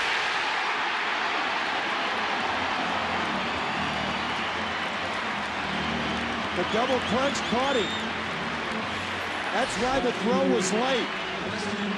Momentarily could not grab the ball. The throw is high and Eckstein beats it. Right there, hops out of the glove, and that cost Guillen. We'll see how it's scored. A base hit for Eckstein. So it is another hit for Eckstein. 2 tonight, had 4 last night. Realized that David Eckstein was 0 for 11 in this World Series until his final 3 plate appearances of Game 3. He came in having reached base 7 of his last plate appearances, and he's on base tonight. With his second hit, also has an RBI in the 4th and an RBI on a base hit in the 2nd. At this point, Eckstein is starting to climb into contention for the MVP of this World Series if the Cardinals end up winning it. Tell you, Joe, normally you wouldn't do this, but playing into the weakness of the Tigers, I might bunt here, bunt the ball back to Rodney. Make him throw the ball. I mean, Wilson is a guy who's got a blind spot around the letters, and the Tiger pitchers have shown that they are very unstable. even though you run the risk of them walking Pujols, but you depend on Edmonds. So a bunt here, not out of the question, but looking like he was hitting on that first pitch.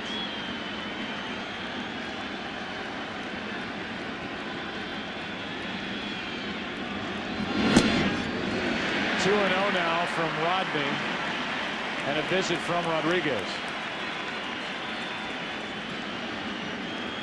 Wednesday night on Fox, Bones returns all new at 8 Eastern, 7 Central, followed by the series premiere of the most anticipated game show of the year, The Rich List, at 9 Eastern, 8 Central. It all starts Wednesday night right here on Fox.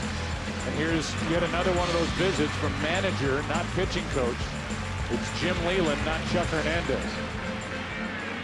Trying to guide this young pitching staff through the postseason. And it's Leyland doing all the talking. Yeah. Yeah, the obvious message is don't try to be too fine. Use the middle part of the plate and take your chances with Preston Wilson. The Tigers in the 8th inning will have the top of their lineup. Granderson, Monroe, and Guillen. With Rodney on the mound, Joel Zumaya, Jamie Walker, the right-hander and left-hander getting loose.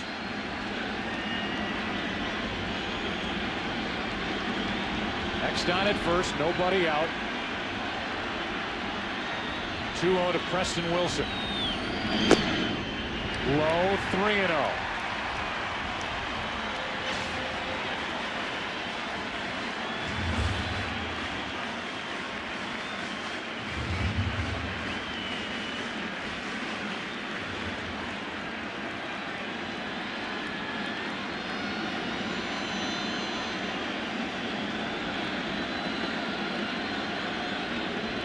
A 3-0.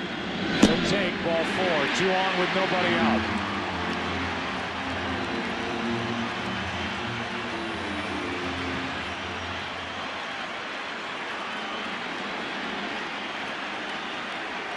And now Pujols, who has only 2 RBIs this entire World Series.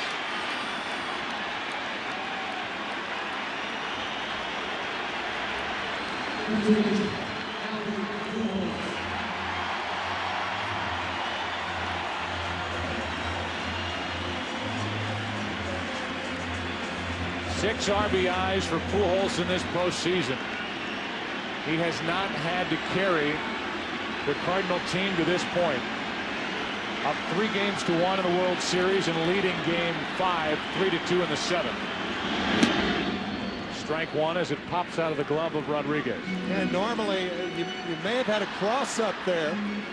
After that happens, Rodriguez going out to talk to, yeah, that was a cross up. Looking at the changeup, he got the fastball. Fortunately, kept it in front of him. Not only that, they get a strike call. You drop a ball as a catcher, you normally don't get that strike call. Rodriguez has played the role of psychologist tonight as well as catcher for this Tiger team. Here's an 0-1. Almost caught Oquendo on its way foul down the line. 0-2.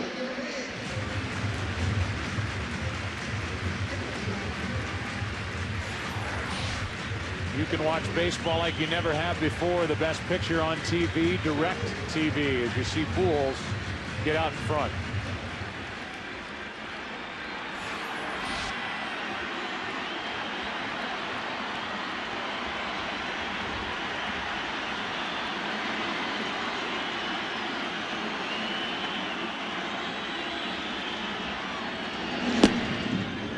Ball 1. Hasn't driven in a run in his last 18 plate appearances. During the regular season, 49 home runs, a career high, 137 RBIs, and a .331 average to lead this team into the postseason.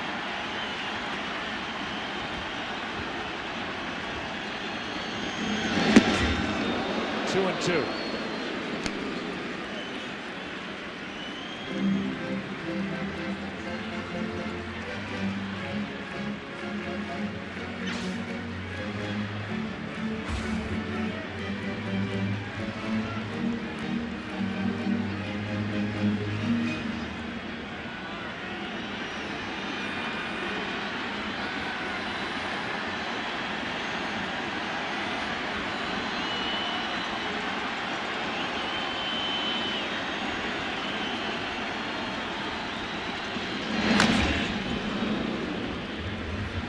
Teams who have led in World Series play, best of 7, 3 games to 1, are 34-5 all time. But among those 5 teams who have lost, 2 of them Cardinal teams. St. Louis in '68 to the Tigers, and St. Louis in 1985 to the Kansas City Royals. Cardinals have lost their last 3 tries in the World Series. 04 to Boston, 87 to the Twins, 85 to Kansas City. Haven't won since '82. Pujols pops it behind the second base position. Polanco is there. Infield fly rule is called. 1 out. And Pujols has been held in check. Now it's 2 on, 1 out for Jim Edmonds.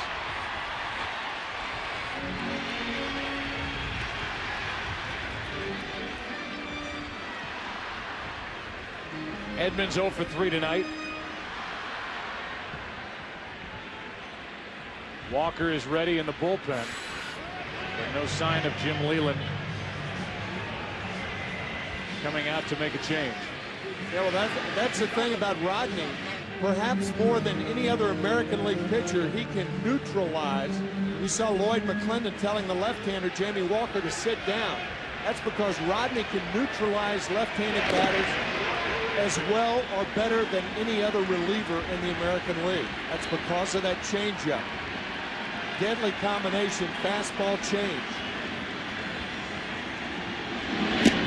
Ball 1. Edmonds' biggest hit of this postseason was the ball he hit against Nate Robertson with the bases loaded, 1 out. In the 4th inning of Game 3 to back Chris Carpenter, make it 2-0. The Cardinals won that game 5-0.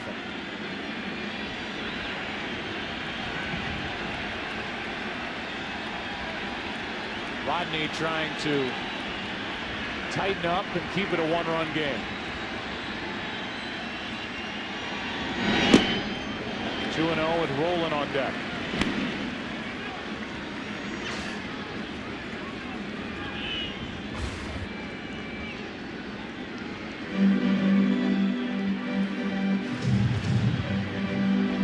Edmonds came into this game as a .417 hitter when the count has started 1-0. Count in his favor here, 2-0. 2 on, 1 out.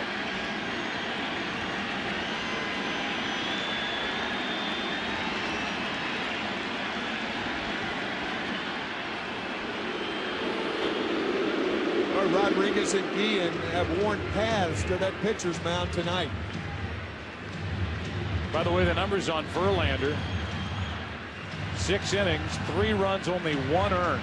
So he really settled down. He gave 6 hits, walked 3, all 3 in the 1st inning. Struck out 4, threw 2 wild pitches. Kept his team in it, but Weaver has outpitched him. And through 7 innings has thrown only 82 pitches. He'll go back out there to start the 8th.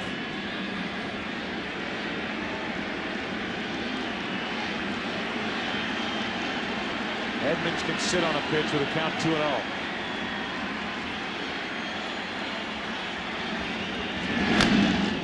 He fouled a 95-mile-an-hour fastball straight back.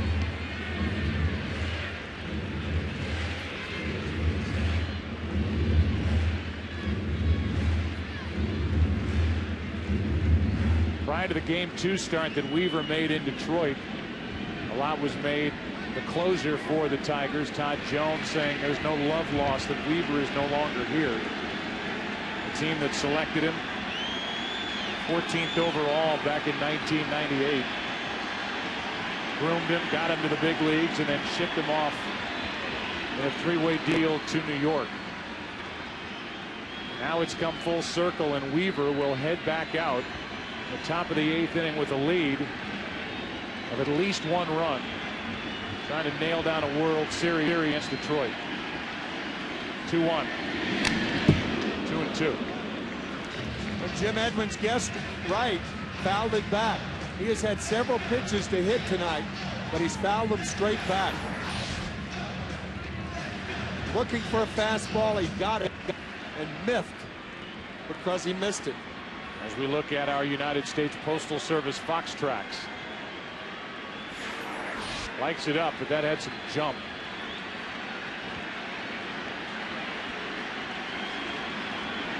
Two on, one out. 2-2 on Edmonds here in the 7th.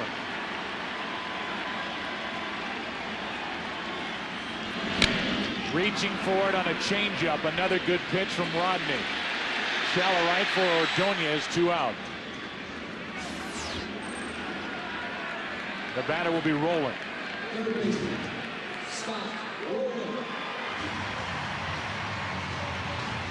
That's the thing about Rodney's changeup. It gets strong hitters to bring their hands forward.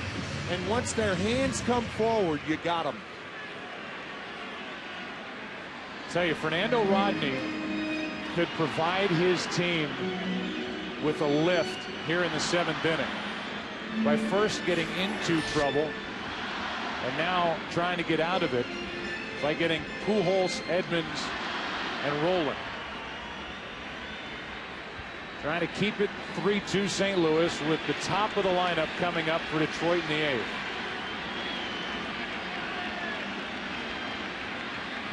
Can Rodney finish off this 7th, or will Rolen take a bite out of the Tigers? Ball 1 down and away.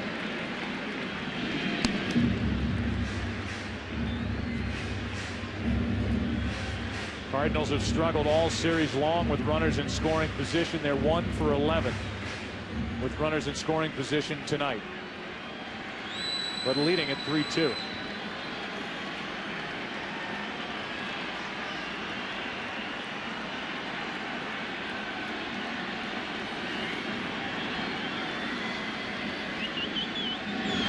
Rolling down the left field line. This ball is foul. Would have scored 2. It was foul. Couldn't have been by much as it leaves our line of sight and off the railing to make the count 1-1.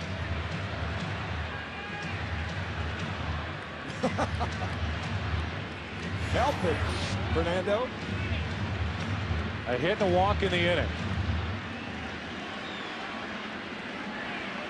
Rolen hitless tonight. Came in having hit in 9 straight games.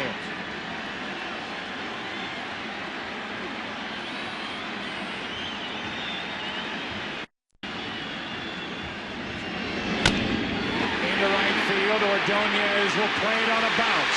Here comes Eckstein. Cardinals lead by 2.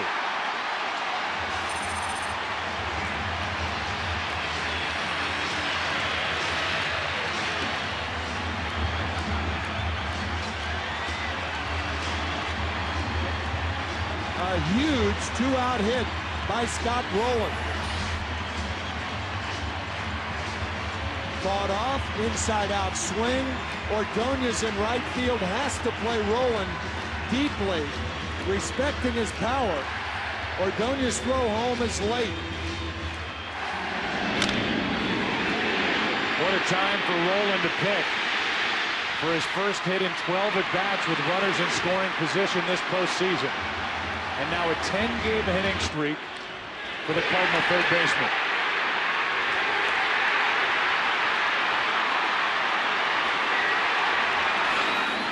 Now it's Belliard, first and third, 2 out, 4-2 St. Louis in the 7th. Strike 1.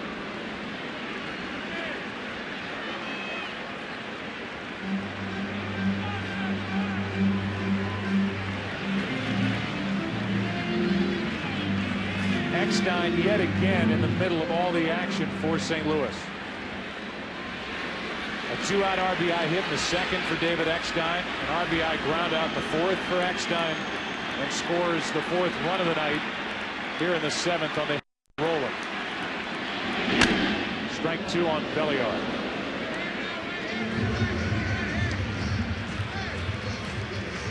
The way Belliard has been swinging, and he has not been good throughout the series.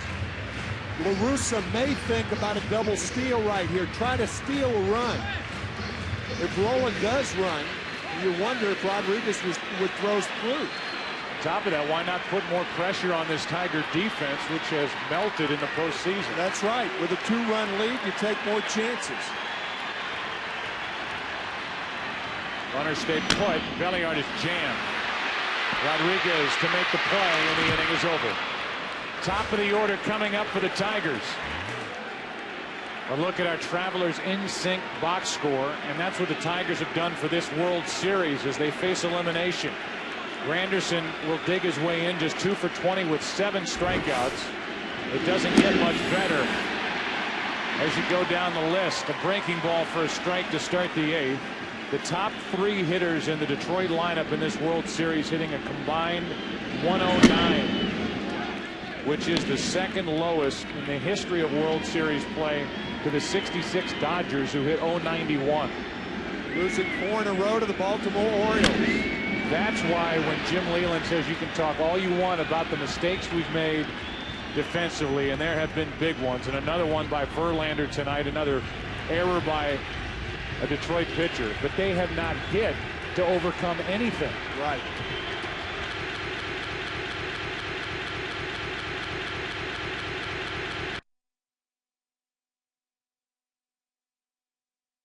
First time since 1979 that a team had made 5 errors in the first 5 World Series games.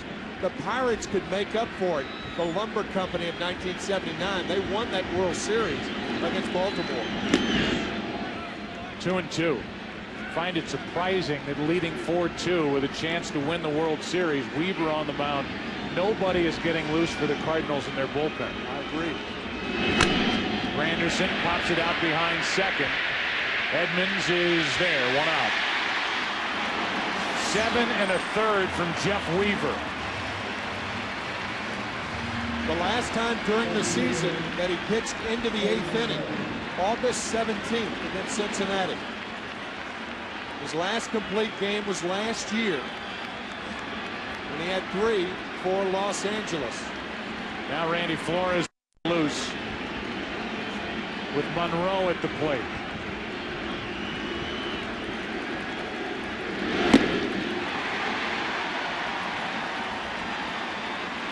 Weaver will throw his name onto the list of unlikely postseason heroes, as he's done it the entire postseason for the Cardinals. Ball 1. He won Game 2 of the Division Series in San Diego. Lost Game 1 of the NLCS at the Mets, but pitched well. Gave up just 2 runs on 4 hits. The home run by Beltran. Outside, 2-1. He won Game 5 of the NLCS here against the Mets, and lost Game 2, turned in 5 innings at Detroit, but nobody was going to beat Kenny Rogers that night. The 2-1. Monroe pops it up, out of play, 2-2. The Cardinals getting Weaver on July 5th from the Angels. A minor league outfielder named Terry Evans. Jared Weaver, Jeff's younger brother, was 11-2 for the Angels, and one of the reasons why the Angels cut Jeff loose.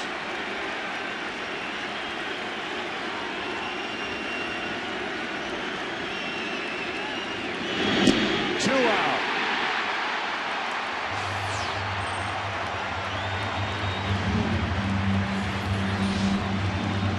A slider pleases his younger brother.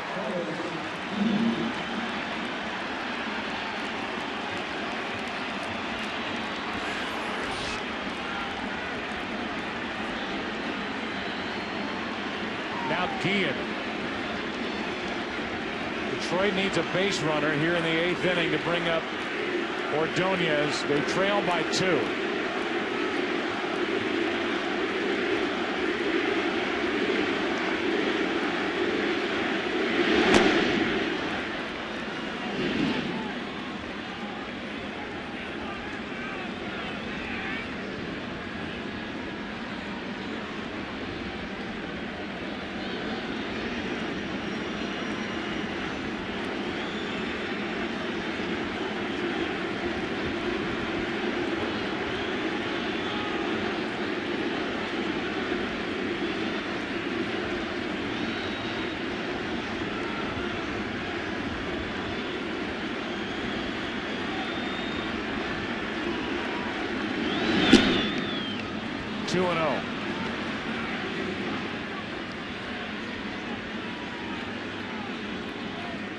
Guillen just trying to find any way he can to break this string by Weaver and give Ordonez a chance. Maglio, the on-deck hitter, is 2 out of 18 with no RBIs in this World Series.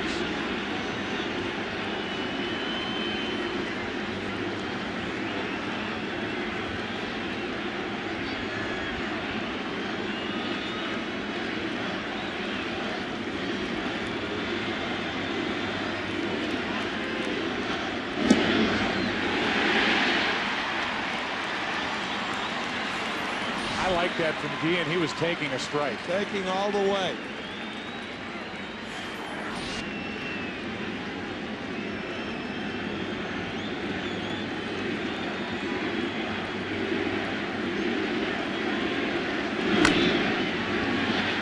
How to get out of play?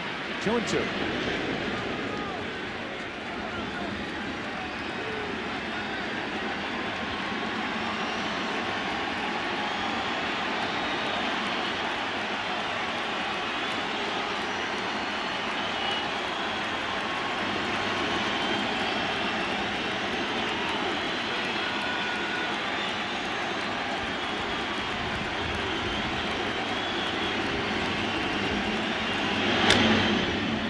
Good rip by Carlos Guillen.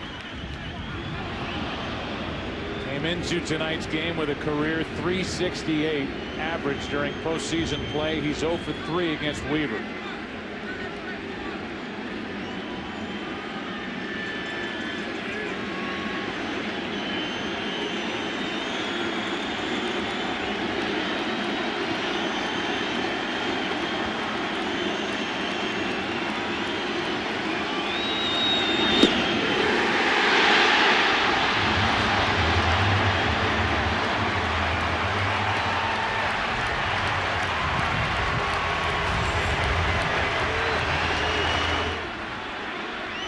Double switches, Zumaya takes over, and Molina hits it in the air to left center field. Granderson back with room, 1 out. Molina made a bid for his 4th hit of the night. Jeff Weaver got through 8. And the Cardinals hoping that it ends tonight. Jeff Weaver did all he could. He will give way to Wainwright. He wants one more from big brother Jeff. But it looks like Wainwright will take over, and Weaver the game of his life. 8 innings, 2 runs, 1 earned, 4 hits, 1 walk, 9 strikeouts as Zumaya is on here in the bottom of the 8th. Taguchi a hit and a run scored tonight.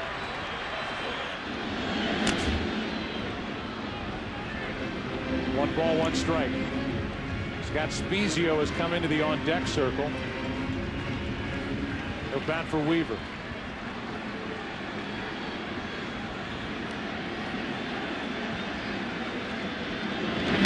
Breaking ball from Zumaya, a good one. 1-2. This Tigers team in the World Series has scored 11 runs and committed 8 errors.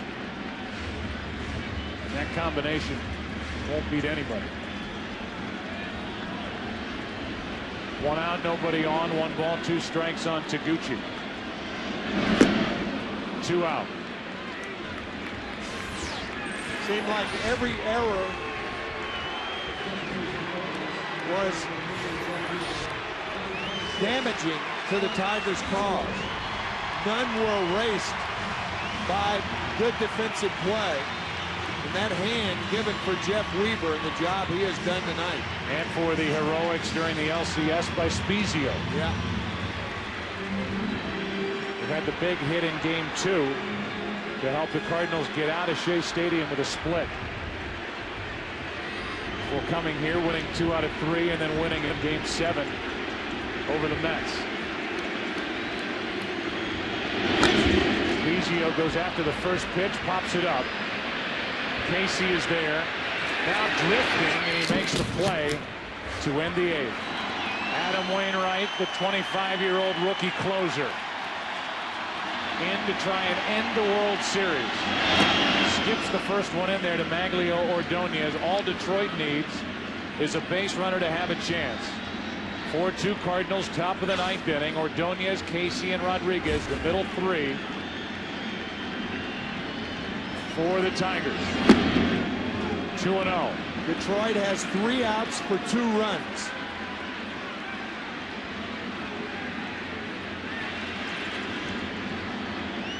Wainwright got the win last night.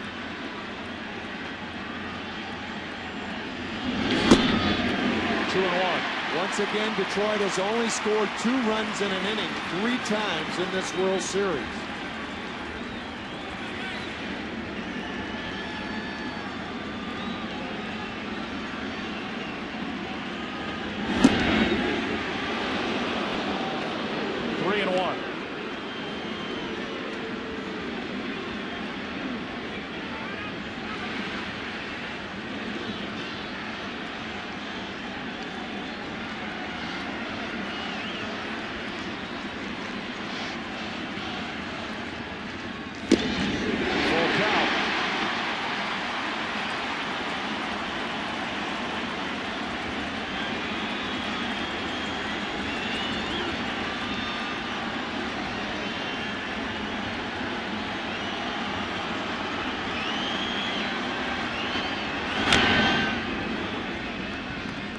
Tony La Russa, the Cardinal manager, is managing in his 5th World Series.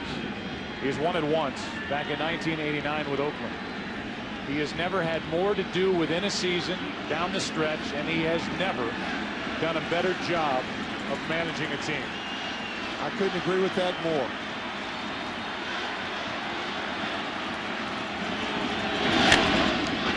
Second baseman Belliard trying to recover. One away. That was a fine play by Belliard. The ball off the glove, I believe, of Wainwright.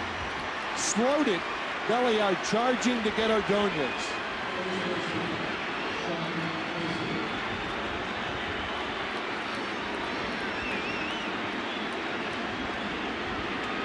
What a play by Belliard as the defense saved for 2 plays in right field by Duncan tonight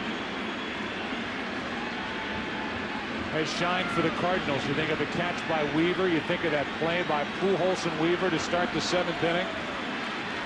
Now off Wainwright's glove to Belliard, 1 out. Here's Casey, the Tigers' hottest hitter. Strike 1.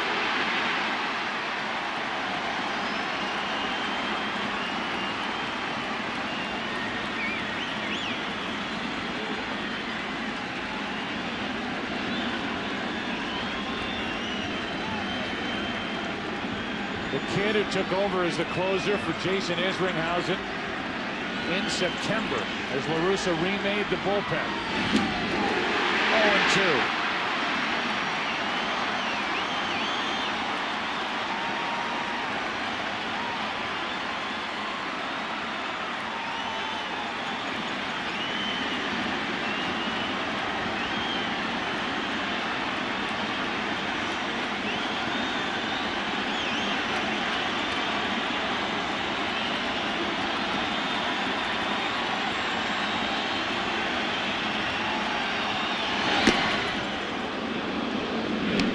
Hit the glove, ball 1.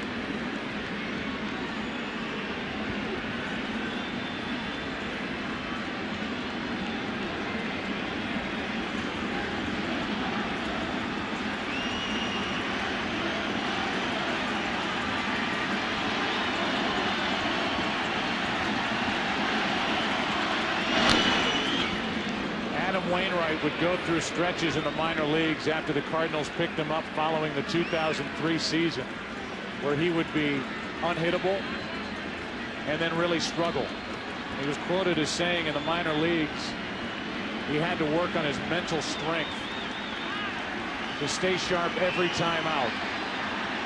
Now he's a big league closer and looking for the final outs of the 2006 World Series. 2-2 on Casey. This might be the last game that he's asked to close. He may be a starter next year.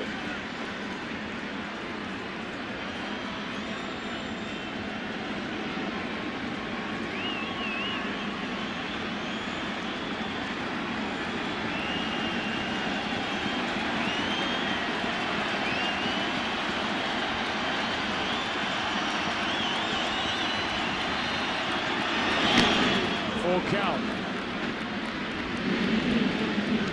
Again, the Tigers need one guy to reach to have a chance. Ivan Rodriguez on deck.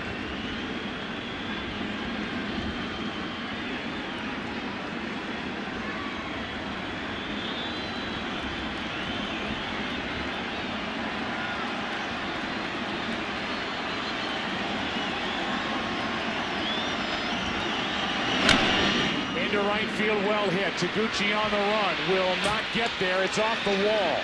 Sean Casey red hot, and he digs for second. He's content with a one-out double, and the Tigers have a chance thanks to their hottest hitter, Sean Casey, with a one-out double here in the ninth. 2 doubles, a home run, a 2-run shot to account for the only Tiger runs. What an at-bat by Casey, who is not a fast runner.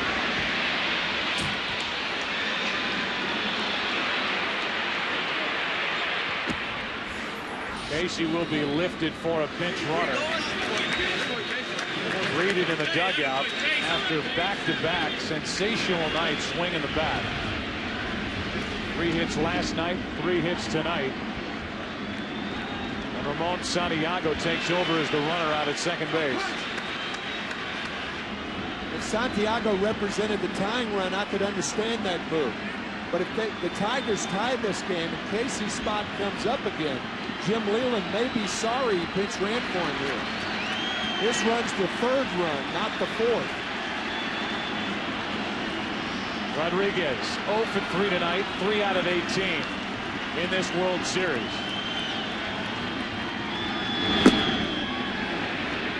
Ball 1. Last home run Pudge Rodriguez hit was in the ALCS Game 1 against the A's. Hit 13 during the regular season. Tying run at the plate.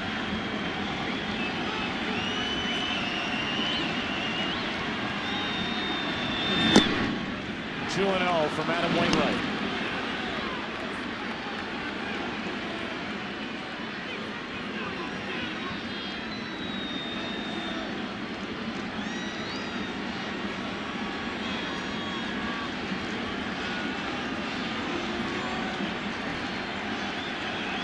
Tigers trying to spoil it here in St. Louis and get the series back to Detroit.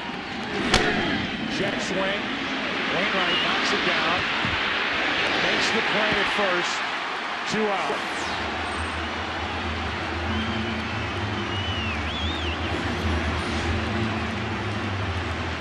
One thing Wainwright did after jamming Rodriguez, ball off his glove, he took his time to get Rodriguez.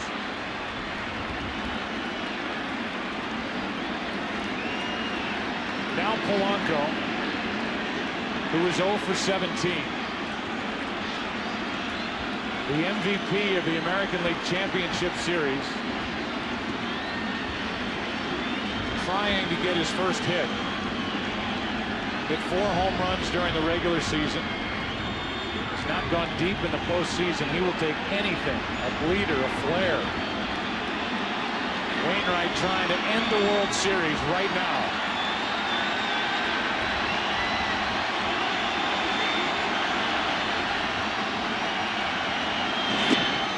Strike 1.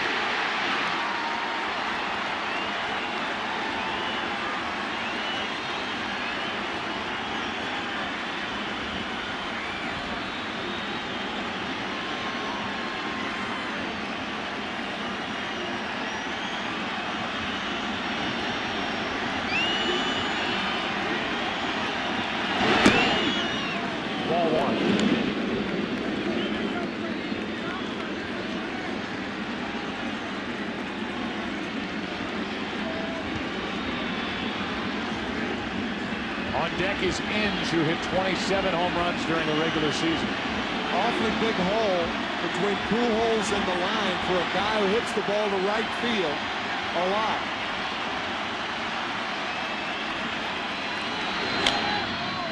Popped up behind the plate, out of play, strike 2.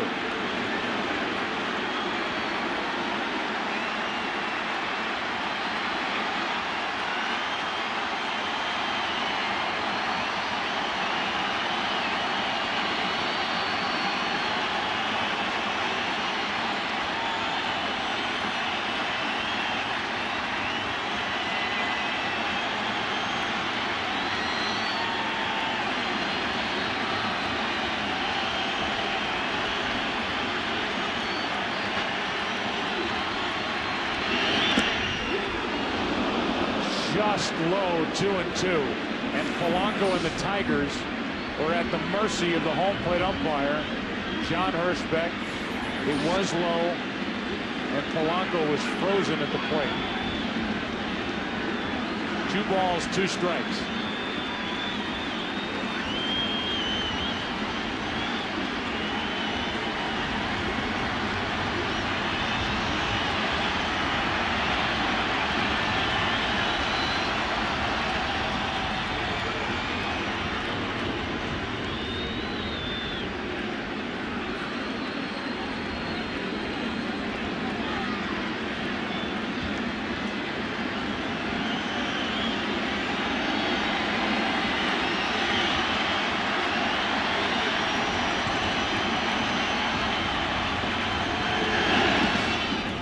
Squirts away, Santiago over to third, and the count's now 3-2 on Polanco. Should be a wild pitch on Wainwright, and it is.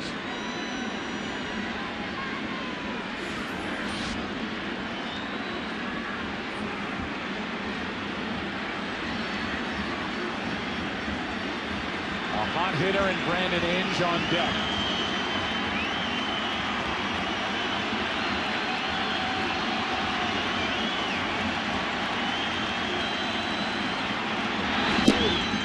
Outside, ball 4, and it's 2 on, 2 out, and Inge coming up. And now Dave Duncan will go out and talk to his rookie closer as the Tigers have the tying runs on. And a guy at the plate who last night against Wainwright doubled into deep right center field for an RBI. By pinch running Ramon Santiago for the next to last run, you don't have him to pinch run for Placido Polanco right now, who represents the tying run. Day for Brandon Inge, who's been all over the place and right in the middle of all the action for Detroit. He's had a great season. His power and production has increased year by year, and now he stands at the plate and with one swing could turn this game around. 27 home runs on the year. He doubled off Wainwright in last night's game.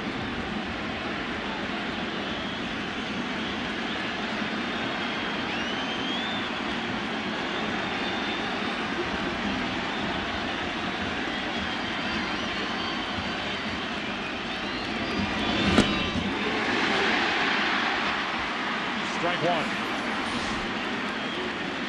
See Molina faking to first base, and Albert Pujols giving him the calm sign. Don't be throwing down here foolishly and throwing a ball into right field as Todd Jones, the stopper, warms for the Tigers. Inge at the plate for the Tigers. Strike 2.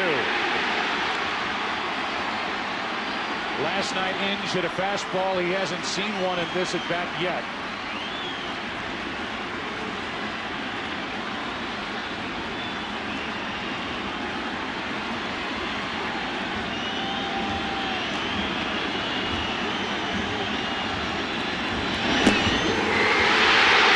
First time since 1982, St. Louis has a World Series winner.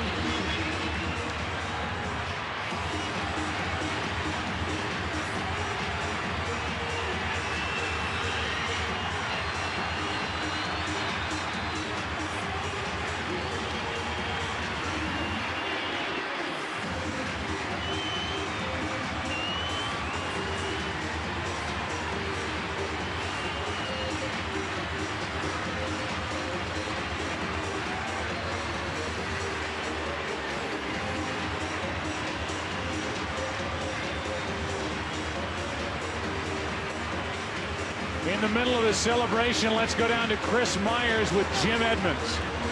Joe, a house of cards, confetti flying. Congratulations, you're a World Series champion.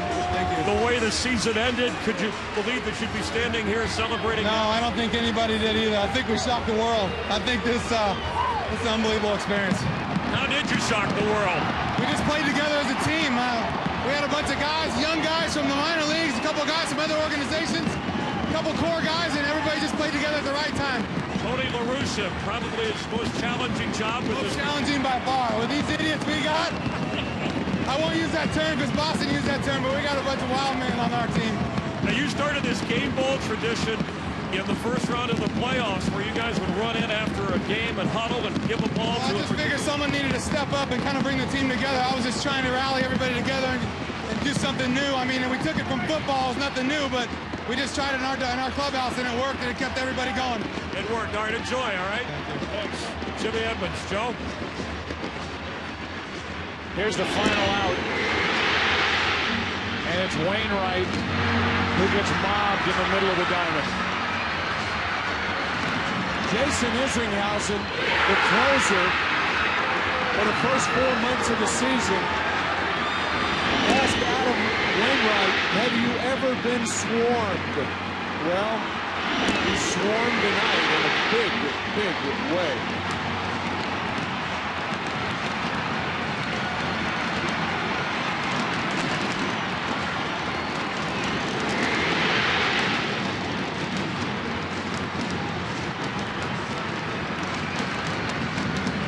With fireworks cracking overhead, let's go back to Chris Myers with Tony La Russa. All right, Tony, second manager in history to win a World Series in each league. This one has to be special. Well, I mean, I feel so great for our team, the organization. We went through so much. Guys never had a ring. They wanted us so bad, and they carried us. Emotionally, for you, difficult? I'm doing a good job of holding it together because I'm just bursting. I'm so happy for guys here. We have a lot of guys without a ring, and this is an experience I'll never forget. The greatest. What was the difference, Tony? You talk about stumbling at the end of the regular season and then somehow getting it rolling here. I mean, total team. I don't think anybody in uniform didn't do something in the postseason. We just everybody there. The defense, yeah, the pitching was great, timely hitting. And at the bench was a lot. Best bench I've remember in a long time. They were just on fire, refused to let us to lose. No disrespect, but in the past you probably had more talented teams, but maybe none that played as well together. Well, you know, the team that wears the world championship, the team that played the best, and this year we played the best. All right, in St. Louis, you'll enjoy the celebration? Yeah, I'm going to enjoy it. All right, thanks a lot, Tony. Joe? All right, thank you, Chris, and congratulations to Tony La Russa and these Cardinals. In the words of Jim Edmonds, they shocked the world. They certainly shocked the baseball world as they won 83 games during the regular season. The lowest win total by a world champion. But they don't care about the regular season right now. They care about what they did to the Padres, the Mets, and now the Tigers. And what a performance tonight by Jeff Weaver.